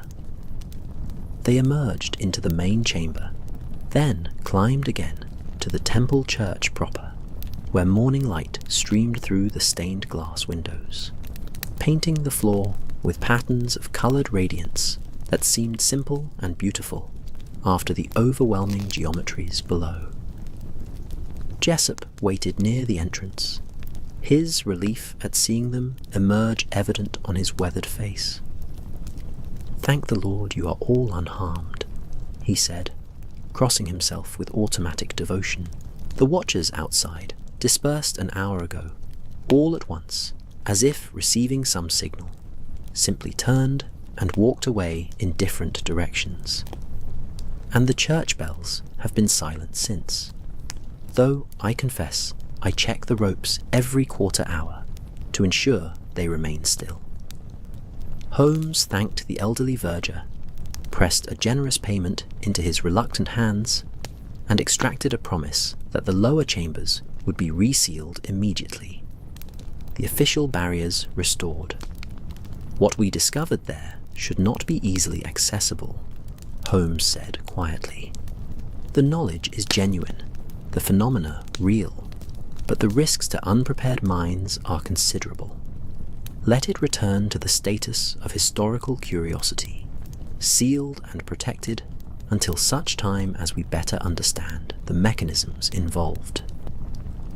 They separated outside the church, Dr. Ashworth and her colleagues departing for the British Museum to begin the long process of analysing their data and composing reports that would somehow convey their findings to scholarly communities unlikely to credit such claims.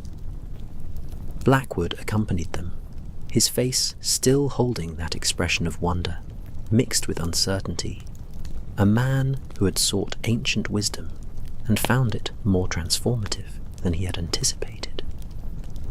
Watson and Holmes returned to Baker Street alone, travelling through morning London, where the city had fully awakened to its daily business. Shops opening, workers hurrying, street vendors selling their wares. A world that continued in blessed ignorance of what had occurred beneath the temple church while it slept. Mrs. Hudson met them at the door, clucking with concern over their exhausted appearance, and immediately setting about preparing a proper breakfast, despite their protests that they needed only sleep. The familiar sitting room at Baker Street welcomed them like a refuge, its comfortable disorder and accumulated memories providing anchor after the morning's extraordinary dislocations, Holmes collapsed into his chair by the fire, which Mrs. Hudson had built up to a welcoming blaze, and for a long time simply stared into the flames without speaking. Watson attended to the practical matters, unpacking the recording equipment, arranging the exposed photographic plates for development, making notes about the chronology of events while memory remained fresh. But his attention wandered frequently to Holmes, watching for signs of the profound change he sensed in his friend, waiting for whatever words the detective would eventually find to articulate his experience. The words came near noon, after Mrs. Hudson had brought up tea and sandwiches that neither man had touched, when the winter sun had reached its apex and begun its brief descent toward another early twilight. Holmes stirred in his chair, reaching for his pipe with automatic gesture, and spoke without looking at Watson, his eyes still fixed on the dancing flames. "I saw my death, Watson, not as prediction or prophecy, but as memory, as something that had already occurred, and was occurring now, and would occur in some uncertain future, all simultaneously true. I saw myself old and frail in some cottage by the sea, breathing my last with your name on my lips.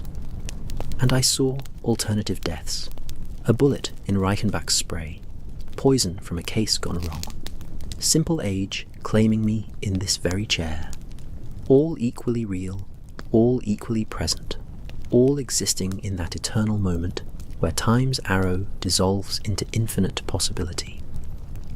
Watson set down his pen, his physician's heart contracting with sympathetic pain for his friend's burden. "And yet you returned. You chose to resume sequential consciousness, to return to the ordinary flow of time where past is fixed and future uncertain." "Yes," Holmes said softly, "because to remain in that state of temporal transcendence is to cease being human in any meaningful sense." The shadow cult understood this, I think. They pursued their practices not to achieve permanent enlightenment, but to briefly glimpse the pattern that underlies existence, to touch the eternal, and then return enriched by the contact, but not consumed by it. The ritual was never meant as destination, but as journey, as momentary expansion of consciousness that would inform but not replace ordinary perception. He turned to look at Watson directly, and his grey eyes held warmth that the detective rarely showed. "You were there with me, you know, in every moment I perceived, every case we solved together, every danger we faced, every quiet evening in this room sharing tobacco and silence. The pattern of our friendship woven through decades, and I saw it whole, saw how essential you have been to whatever good I have accomplished in this world. I needed to say that, Watson, before the memory fades into mere recollection." Watson found himself unable to speak past the tightness in his throat, could only nod acknowledgement of words that touched something deep and precious in his understanding of their shared life. They sat together in comfortable silence as the afternoon faded toward evening, as the fire burned low and the familiar sounds of Baker Street drifted up from below. Mrs. Hudson in her kitchen, the street vendors calling, the city settling into its twilight rhythms. In the days that followed, they developed the photographic plates, revealing images of the ritual that showed glowing water, blazing crystal, but nothing of the subjective experiences that had seemed so overwhelming in the moment. The phonograph recordings captured the chanting, the bronze tones, and strange interference patterns in the acoustic data that sound engineers could not explain, but that proved only that something unusual had occurred, not what that something signified. The thermometers showed the temperature drop, The galvanometer recorded electromagnetic fluctuations during the peak moment, and all of it together constituted evidence that something beyond ordinary experience had transpired, yet fell short of proving the extraordinary claims about temporal transcendence and consciousness unmoored from linear time. Holmes compiled a report for Mycroft, documenting the ritual and its effects with characteristic precision, while carefully avoiding sensational claims or mystical language. The conclusion he reached, after weeks of analysis and reflection, was both modest and profound: that certain environmental conditions, when combined with specific psychological preparations and astronomical alignments, could produce altered states of consciousness in which temporal perception became dramatically different from ordinary experience. Whether this constituted genuine access to non-linear time or merely very convincing illusion, he could not definitively determine. And perhaps, he suggested, the distinction mattered less than the fact that human consciousness possessed capacities that conventional understanding had not yet adequately mapped. The temple church chambers were resealed as Holmes had requested, new barriers installed, new official prohibitions recorded in government archives.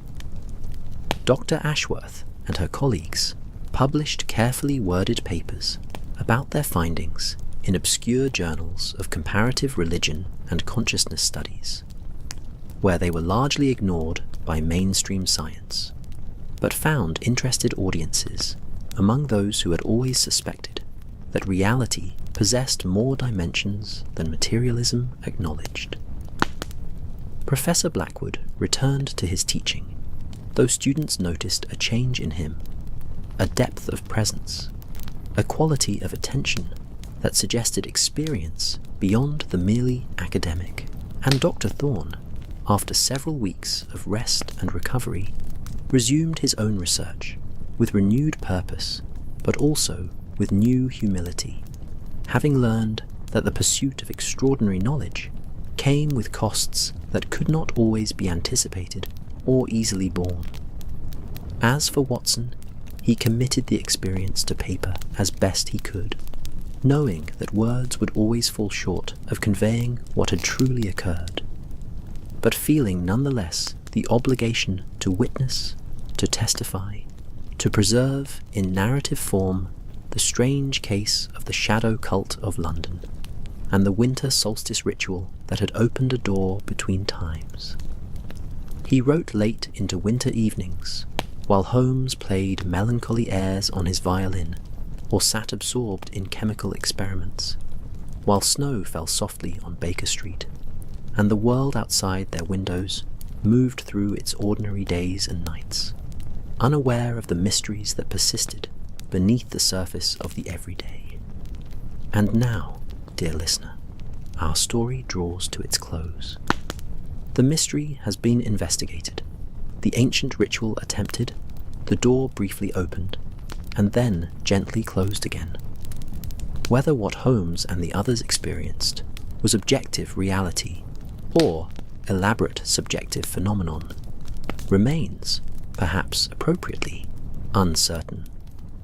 A question for philosophers and scientists to debate, while the rest of us simply marvel at the strangeness that persists in this world, at the hints and whispers of realities beyond our ordinary perception. If you have found wonder in this tale, if it has carried you gently toward that peaceful border between waking and sleep, where mysteries seem more possible and the ordinary world grows dreamlike and strange, then I invite you to subscribe to this channel, to leave a small acknowledgement of our shared journey in the form of a like, and to seek out the other stories waiting here, tales of shadow and secret, of detectives and scholars pursuing truth through London's fog-bound streets and hidden chambers. Each story is a doorway, each mystery an invitation to let go of certainty and embrace the beautiful strangeness that underlies existence. And now, as midnight approaches or morning draws near, wherever you find yourself in this turning world, I wish you the gentlest of sleeps, the sweetest of dreams, and the comfort of knowing that mysteries persist, that wonder waits in unexpected places, and that sometimes the greatest discoveries come not from finding definitive answers, but from learning to ask better questions. Rest well, dear listener. Let the shadows embrace you softly. Let time dissolve into the eternal now of peaceful sleep. And may you wake refreshed, carrying with you perhaps some fragment of the journey we have shared through Victorian London's hidden depths, through ancient wisdom and modern seeking, through the spherical chamber where past and present and future merged for one impossible, transformative moment beneath the temple church's ancient stones. Good night.